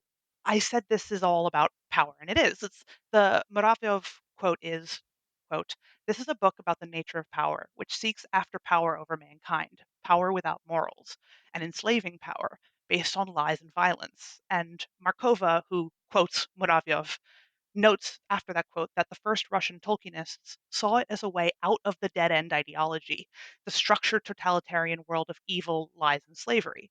So, like, Mm. not all Russian Tolkienists are like FOBs. I really want to make that very clear. But it is very much this, like, this conversation coming out of Russia about the nature of power in The Lord of the Rings. If the translation of The Lord of the Rings is super heavy on the point of it being about power, here we come to sort of this, like, conflagration of it, and power manifests in really kinky ways, Yeah. is what I'm saying. I think that Yeah. that seems like a place where I'd like to maybe transition into talking a bit about what I think is my own personal favorite interpretation of this ship, which mixes power with religion, with theology, with theodicy. And the best way I can describe that, and I have seen this done in this ship, and I think it's for one thing, I think this ship can be a really great way of interrogating Tolkien's theology, for one. I think it can be an interesting way of interrogating some of the contradictions that are inherent, say, in Sauron's character, particularly in the way Tolkien changes his description of Sauron over time. And in things like Tolkien stating, that Sauron adored Morgoth, but Sauron also loved order, and yet Morgoth, Melkor represents really this kind of chaos god. His Yeah. his mission Mm. is so much at odds with Sauron that there's a lot of times you'll run into fandom people asking the question, well, what happened there? How did this end up happening? How did Yeah. this character who is being described as obsessed with order or loving order or wanting to order the world end up thinking his best direction in life was to throw his hat in with this chaos destructor god? Yeah. With this god who he wants to see the annihilation of the world. Yeah. Chaos is a ladder. Yeah. And this is also like, I definitely want to hear all of your stuff about the Odyssey and Saints and all of that, Cameron. I'm super into it. I think it's great. But this is also exactly why I read this relationship as so much fundamentally based on power and the hunger for power. Because Sauron has shown time and time again that he's able to play submissive to get what he wants. So at some point, submitting to Melkor becomes simply the ladder to climbing rather than genuine belief. Right. And, like, Right. I'm the way that I read it, and that's just what I love about fandom, is like we can have these completely different interpretations of this ship, and Hmm. they're both completely correct. Like, for me, I almost don't think he actually adored Melkor all that much, Mm. because Melkor is an Mm. object towards his achievement of things. And once Melkor's in the void, I do not think if Melkor came out of the void, Sauron would just go back to groveling.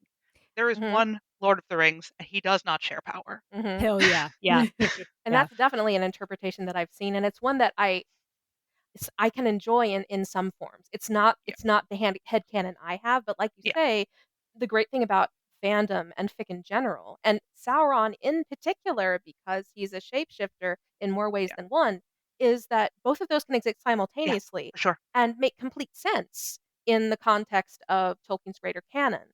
Because Hmm. for me, this is when Tolkien says adore, that's something that to me brings to mind like those examples of Baroque art that mix the very erotic with the religious symbolism, like Yeah, ecstasy of Right. Saint Teresa, those kinds yeah, of things Right. where this religious adoration obtains this physical, sensual, erotic dimension. For me, that's I think what hits the spot most Yeah, when it yeah. comes to depicting Sauron and Melkor. Now personally, my headcanon is I see Sauron becoming quite disillusioned, but Mm. that is the way that I try to make that contradiction that I see between Yeah. this odd couple of the order lover and the chaos god work. It has to do with this idea of religious adoration. Mm. Yeah. Whereas, like, for me, what works for me, what's very sexy for me, is the seducer power climbing Mhm. and being the docile submissive to get what he wants, and then if Melkor comes back from the void, Melkor putting the groveling, scheming upstart back in his fucking place. Mhm. Like, Yeah. that's delicious. Mhm. But, like, that's what's so great about, like, all of this. All of this is true. All of it works. Well, because I think the place where I really enjoy is the place almost between those interpretations of the uncertainty, as the character, as the reader, as to whether the adoration is genuinely felt or performative, Mhm. Yeah. and at what point it changes over between those two, Yeah. when it is opportunistic and when it is genuine, and how those different interpretations change how events work. Yeah. Definitely. Yeah, Definitely. I'm falling under. I think okay, my headcanon is Sauron always followed Melkor from a Littlefinger chaos is a ladder kind of thing. But I don't think that Sauron is as much like Littlefinger because I feel like Sauron has teeth in a way that Littlefinger didn't. Like, Right. I think by the time Morgoth is thrown down, at that point, all Mhm, Sauron has left is contempt, and he knows he mhm. can do better. Hmm. And Yeah, if I'm Mhm. going yeah. to read a Mm. fic, that's what I want. I want him to Yes. be like, fuck Morgoth, he had everything and threw it away. I can do it better than he can. I'm gonna Yeah. be what Morgoth couldn't be. Yeah. He never followed the schedules I made for him. All of my Oh, Google Docs were ignored. I did so Fuck that much guy. work in his planner. I can't he didn't follow any of my suggestions and Y'all just introduced a new headcanon of Sauron for me, which is the, like, evil villain's assistant yes. TikTok dude. That comes from Fobs. Fobs Yeah, invented that. definitely. Like, All that's of where that. that's the first place I saw that was Bob's. And Yeah. honestly, So funny. the crack idea in my head for why Sauron fell is because he had to do one too many group projects in Almarin. And he just had enough of this shit, and he thought it would be better with Morgoth. No, it was just as fucking bad. Yeah, and also, you couldn't see it because this is a podcast, and so people can't see my face. When It was doing Alicia a thing. mentioned Littlefinger, I was just, like, gasping because literally in my notes, and I'm gonna read this to you what it says in my notes, okay? It I says just got there. so I was talking about how, like, this idea of Melkor putting the groveling, scheming upstart back in his place is very hot to me. So, like, even though I agree with you, Sauron is has a lot more teeth than Littlefinger does. Way more teeth, and they're all very sharp. Where Sauron's power is manipulative, Melkor gives me big power is power vibes. You know, in that Ooh, Yeah. scene in yeah. Game of Thrones where Littlefinger is like, power is manipulation, and then Cersei goes, no, power is power, and basically almost threatens to kill him because she has so much power that he has right now. Right. Like, Right. Melkor, like, Sauron thinks he's really fucking powerful. He thinks that he's the strongest, most powerful, smartest being on Arda. But Melkor is fundamentally stronger than him. Wow. Yeah. Yeah. Mm. Super into that. Yeah. And Sauron's just gotten too big for his britches. Yeah, yeah, Ooh, yeah. yeah. Yeah. Yeah.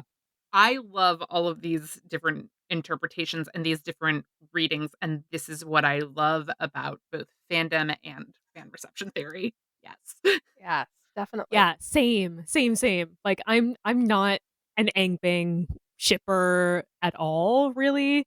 And so I love hearing everybody's things like kind of coming together and like existing in I don't know if harmony is the right word for a chaos god and but I feel like it's harmony is all the exact wrong word. yeah, it all exists simultaneously and is all sort of true at the same time. And yeah, I just really love because yeah, again, and kind of getting back into the discussion about like BDSM and like the discussion about negotiating power and exploring what power means to us as individuals.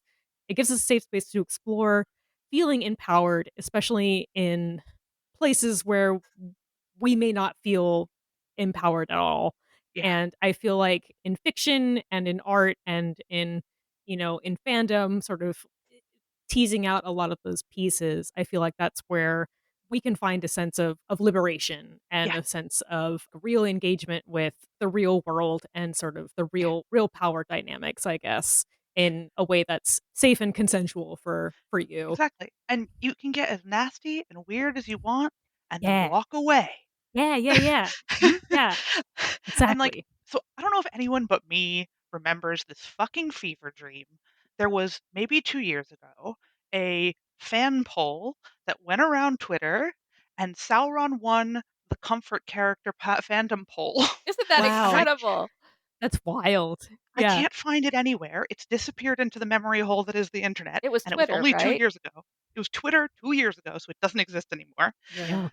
And it was so funny. It was so funny It's to me because I wild. looked at this and I went, "You see, this is evidence of how many kinksters there are in this Mm. fucking community." The Dark Lord That's of Mordor? Why, yes.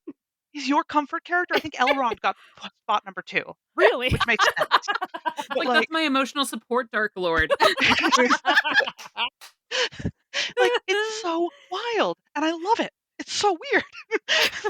It's So weird, but I good. think it's also before I go too far off topic, I'm gonna say, like, one thing, and we're going back to the topic, but I think it's also a way that a lot of us use of coping with the hard things that are Yeah, going on in our actual real lives and the primary world and all of the very real hard things that are going on is to explore the hard things through fiction. Yeah. And so being able to come back to something that is a familiar and predictable trope of a dark lord and the relationship dynamics and interrogating that and all of that, it makes a lot of sense why there is so much of that in our fandom, but then also in so many other fandoms as well. and this is Yeah. the crux of horror theory. Like, this is Right. what horror works, because this is just what horror functions to do. It functions to give you, 1, a safe space to be weird, Mhm. and 2, this way of coping with really difficult things in a way that's detached from reality. Mhm. Mm. It's an endorphin release in a safe context or Yes. environment. It's a way Exactly. to play act the very real fear and danger and all of that. Yeah. That Yeah. You said it much better than I did, but yeah. And I think that that's appropriate for spooky season because I Yeah. feel like Yes. we all kind of engage in this as a collective kind of at the same time, and it's important to do so because I feel like in a lot of ways people sort of see this time of year and autumn and spooky season as kind of like a pressure valve and kind of like Yeah. a Yeah.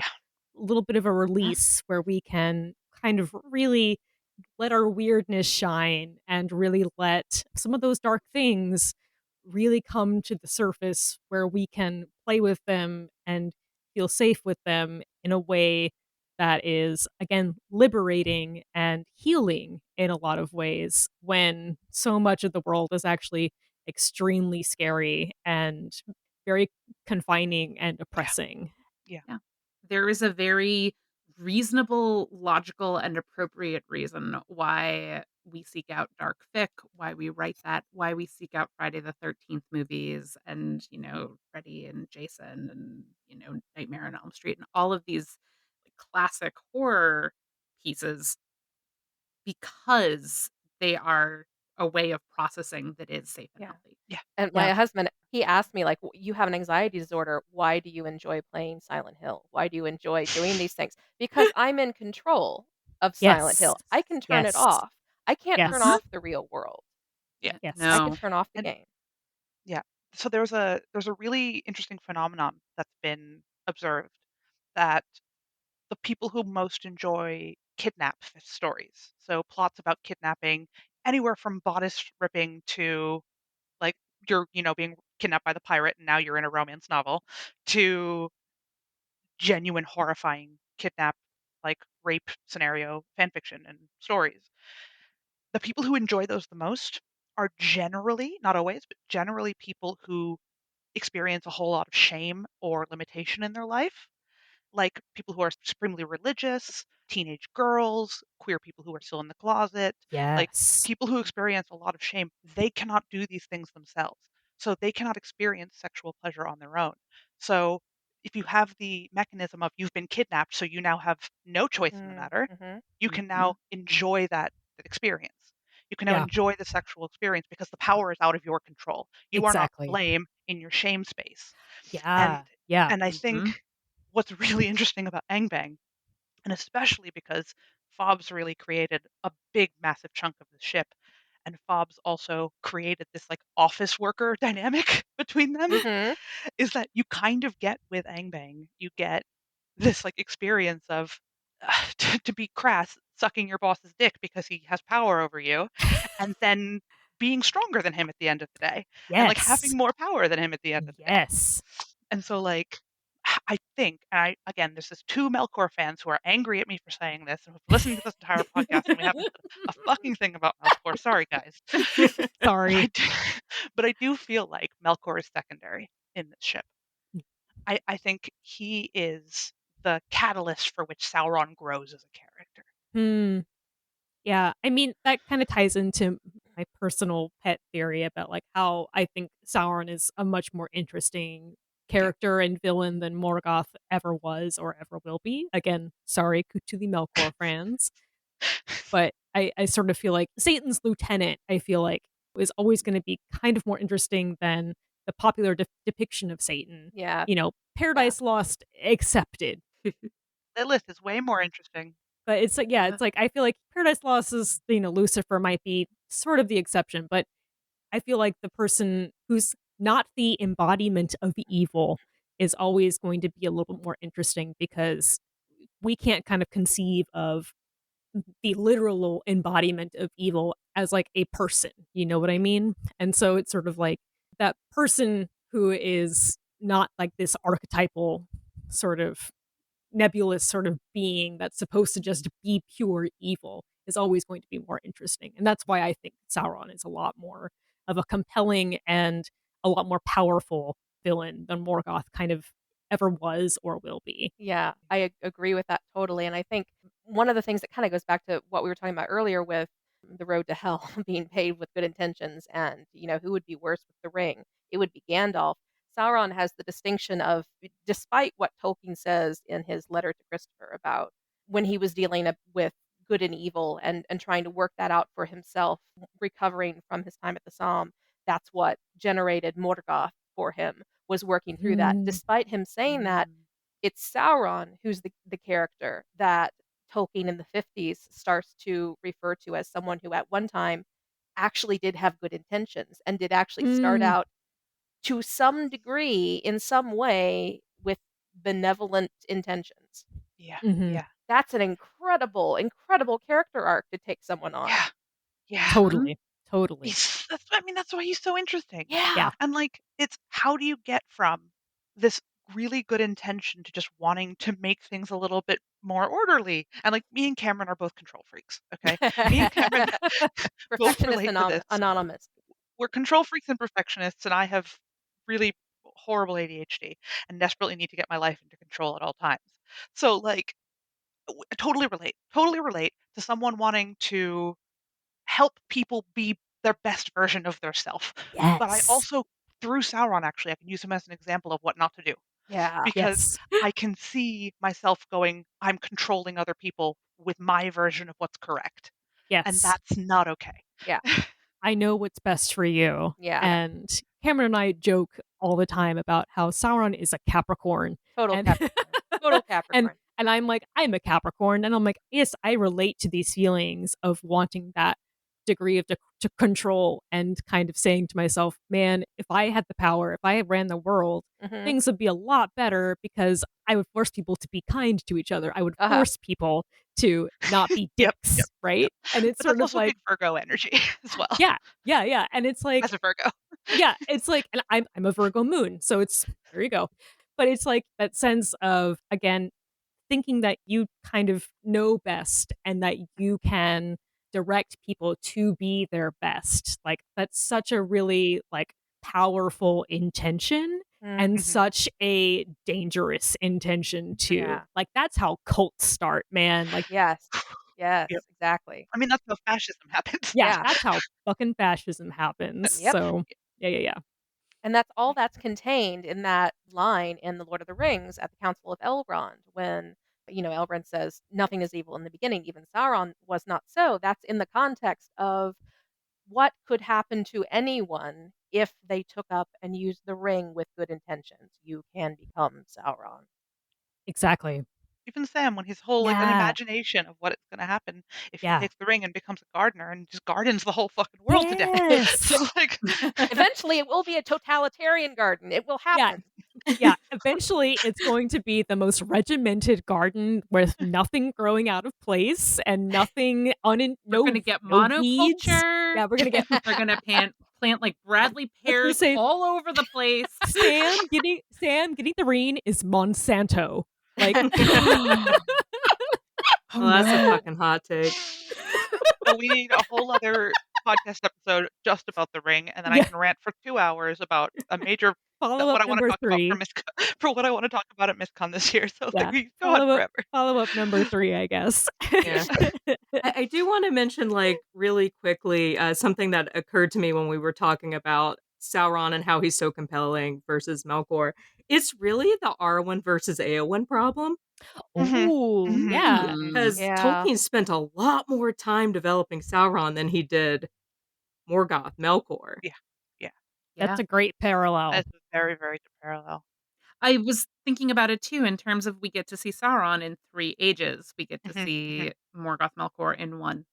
Mhm. Although Mhm. I wonder if we actually get more direct screen time in narrative from Melkor, We do. especially if you add Mm. in the Book of Lost Tales and Yeah. the early depictions where it's not quite to the Silmarillion where everything's summarized and you have more full narrative of everything. You might get more of Melkor then, but he's not as varied as Sauron Mhm. is. This also brings into the point of, do we consider the ring to be Sauron, which I know me and you both do. Yes, yes, Mm. So if we Mhm. consider the ring to be Sauron, then Sauron is there the entire fucking yes. time. So then we get Yeah. And far, so far more Sauron.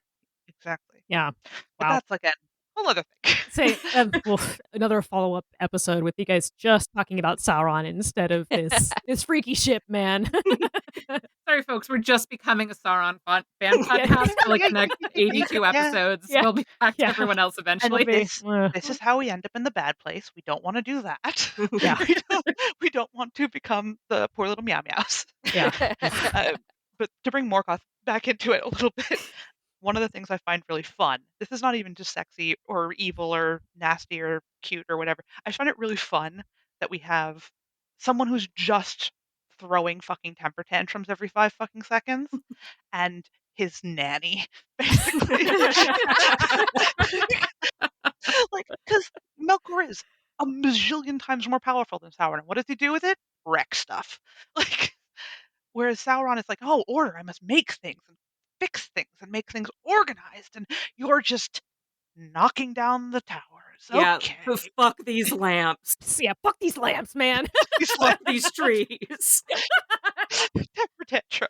I, Just I Whereas, like, terraforming some shit, you know. I absolutely exactly. adore With like trees. Lieutenant era Sauron and that Yeah. depiction of him as the long-suffering lieutenant of Angband trying to take Morgoth, Mr. Idea Man, take his ideas and make them work and make functionally. them Yes, yes. oh my god. I just had the most horrible thought of Oh no. Morgoth as like Elon Musk and Oh, Oh God. no. I've read Oh, this fic. I've read this fic. No, not, like, have you? specifically referencing it. There's definitely so there's, like, a whole I don't read a lot of fic because I'm very, very picky and I don't have a lot of time. But I one of the things I really love is modern AUs. And the really common Morgoth And Sauron modern AUs are office-based, always. And they are very, not always, but mostly office-based.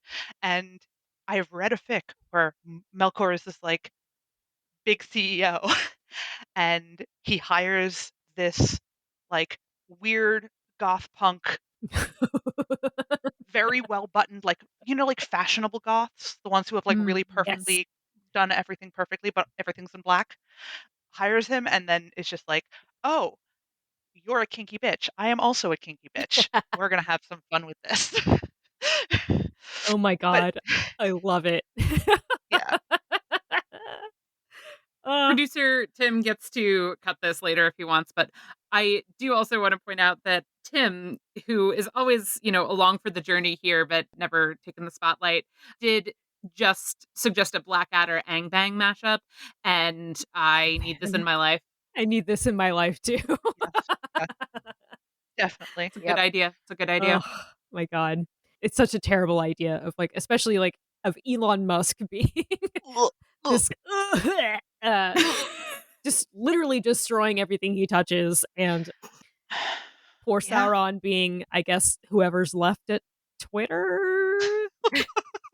The one loyal employee holding the entire Morgoth network just having a together. weird obsession with the letter X. Yeah, we'll keep workshopping it, I guess. I don't know. The parallels don't quite mash up, but I will see if I can find, because that's not one of the ones I have bookmarked, which I'm very surprised. I will see if I can find that fic because ugh, it was fun. terrible. Ugh, it makes me nauseous just thinking about it. Oh man. Do you guys want to talk more about some of the really freaky, gross shit that that needs to be in the content warning? I mean, we did talk about, actively talking about rape fantasies. So I think Right. we have that all down in the content warnings. I mean, I can read to you the tags on the sixth Angbang fix that I have bookmarked. Oh boy. They're actually not that nasty. Oh, okay. The fics are, the tags aren't. So one of them is called Melkor's Golden Dragon, and that's the cock rings one. Okay. That includes tags anal sex, anal fingering, rimming, cock rings, forge sex, light bondage, light dom sub, fluff, and fluff smut. Fluff smut. I Oh. know. I mean, that's just fluffier than I was expecting. Yeah, I Yeah. know. Another one called Golden Notes, which says rough sex. More tags to be added later. More text immediately. Mild foot play. Myron is the best role player. Dom sub play and submission. Foot play. Mild foot play. That's Mild foot play. I think the mild tag is what's getting me. Where I'm like, Just a little footsie under just the a table teeny little there. bit. Yeah, I was gonna say, is it like socks or fully is that what mild means? I mean, most of these aren't even. I'm so shocked at myself that the ones I have bookmarked are not the nasty ones. Is this like you have to kiss the boot, but you don't have to lick the boot? Is that Ooh, okay. Is that distinction? what mild means? That must be what mild means. I will say there is the one that's at the top of it, which means it's the most recent. It's called A Lesson in Dominance. Now, mind you, I can't tell you if I can recommend any of these fics because I haven't. The last one was read in 2013, and I don't know if they're any good anymore. But I'm going to read you the summary, and this is a modern AU. Says, a shadow fell over the table, and a big hand slammed down next to Myron's notes, upsetting his neatly sorted markers, which he wanted to protest, but when he glanced up, he fell silent. An upperclassman had approached their table. A senior, Myron thought. He hadn't seen the guy around much, but he always sported a sour expression and messy dark hair that hugged his rib cage. His leather jacket was torn in places, but in a way that seemed deliberate, and his skin had a sickly pallor, as though he hadn't seen the sun in several weeks. Myron didn't know what he studied or where he had suddenly come from, didn't even know his name, only that the smile he wore now was mesmerizing. Can I help you? Myron asked, throat suddenly dry.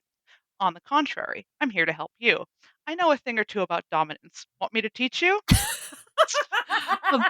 Of course, there is a high school or college AU. College AU. It's probably better, but Of course there is. There's also a really good rock band AU, but I have to find. I don't know where that is. Oh, yeah. Like Melkor's in a metal band. Oh, It's great. I think I've seen at least art for that. I've not Yeah, read it, yeah. but I've Oh, definitely seen that okay. art. Amazing. I do love an AU just for the way that you can take it and interrogate a lot of the standard pieces of understanding of a dynamic and just take it in a different context and re-examine it. Like, AUs are I love them. fun. I love them so much. They're my happy place. So, thank you guys so much for such a fun and informative and really engaging conversation. I feel like I'm going to be thinking about this conversation for a while. So, thank you guys so much again for coming. Is there anything that you guys would like to plug, like your socials, some upcoming projects where we can find you, anything like that? Let's see. Well, you can find a recording of a paper I gave at the Mythopoeic Society OMS this year online if you go to dc.swosu.edu and search for either my name or the title Through Sauron's Eye. You should be able to find that. Very much about the Sauron theodicy, order, problem of evil, Ardamard stuff. I'm currently working on preparing a couple of my recent conference papers for hopeful publication. One is a look at Sauron's original name, Myron, through the lens of literary onomastics. The other is about the stages of Sauron's development over Tolkien's lifetime and how those stages can map onto three proto Sauron characters from the Book of Lost Tales. Next year, I'll be presenting at the International Congress on Medieval Studies at Kalamazoo with a paper looking at questions surrounding Sauron's corporeality and bodily wounds. All of these papers are the first stepping stones towards a larger project focused on Sauron, another part of which involves reception and fandom studies. And for that, I'll be producing one or more surveys, which I'm hoping I can get Yes. some good responses to within fandom. So if you have ever engaged with Tolkien at all, even if the ship is not your thing, even if Sauron isn't your favorite character, and this is something that you would like to participate in, you can sign up for a mailing list to be notified when that project goes live by going to sauronproject.com and entering your email. That site will also direct you to my other locations on the web. Just go down to the bottom bar and you can find my blog and my scholarship page and whatnot. And once again, thank you for having me. Yeah, so I gave a paper on Sauron's role as femme fatale on Numenor for the Tolkien Society Summer Seminar.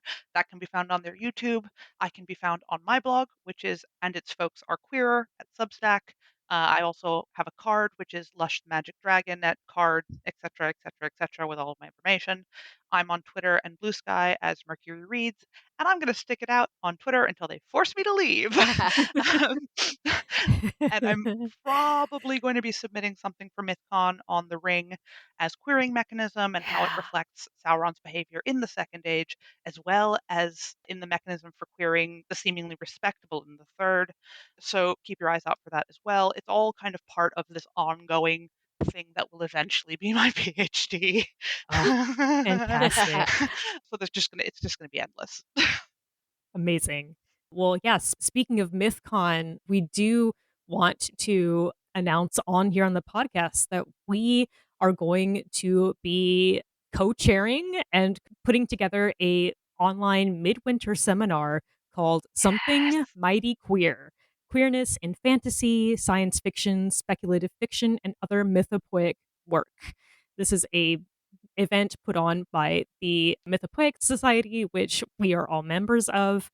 And we would love to see material from you guys. And we would love to see you guys come to and attend our lovely event. So the call for papers deadline is November 30th, 2023.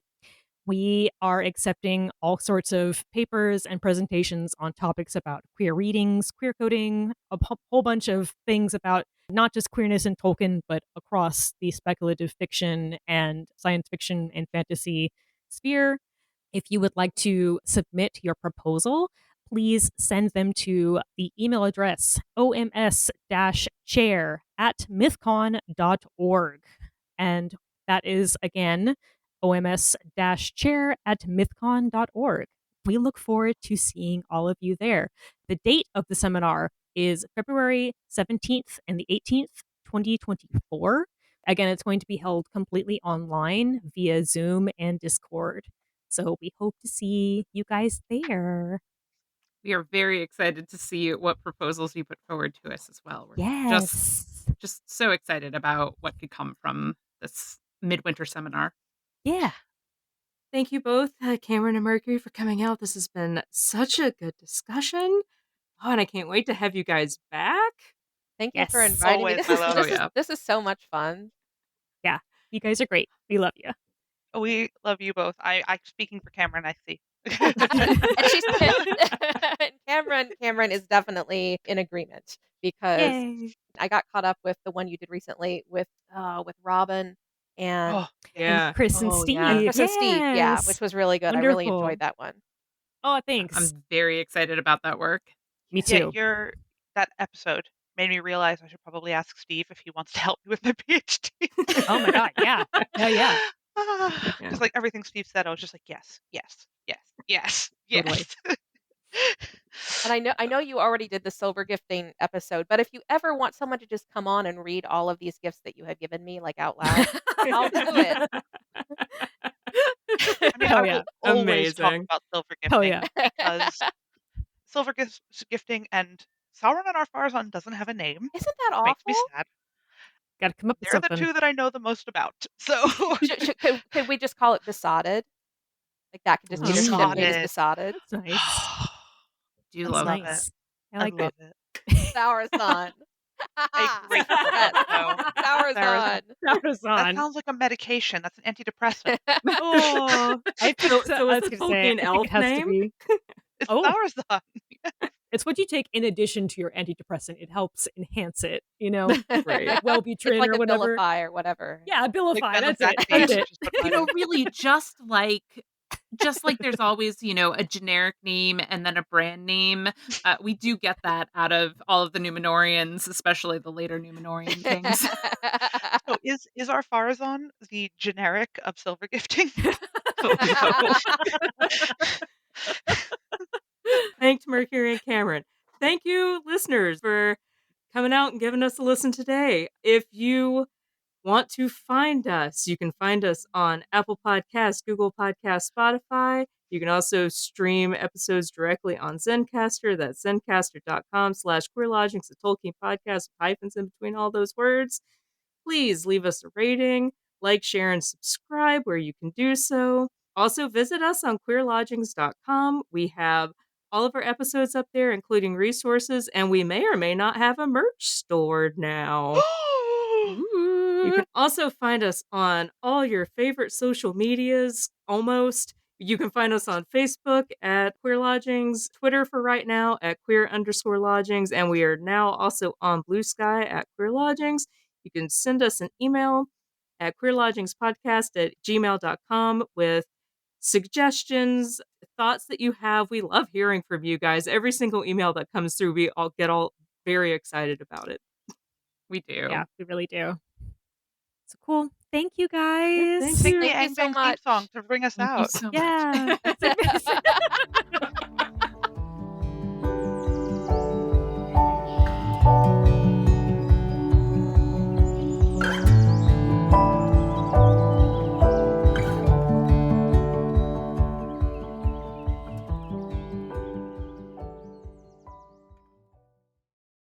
But from what I've noticed, the silver gifting fics tend to be a lot longer. Yeah, they're They the tend to be, novels. yeah, they're very long. They take a lot of plot development. The Angbang fics are usually just fucking. Yeah. There's Just here for the Yep. smut. Yeah.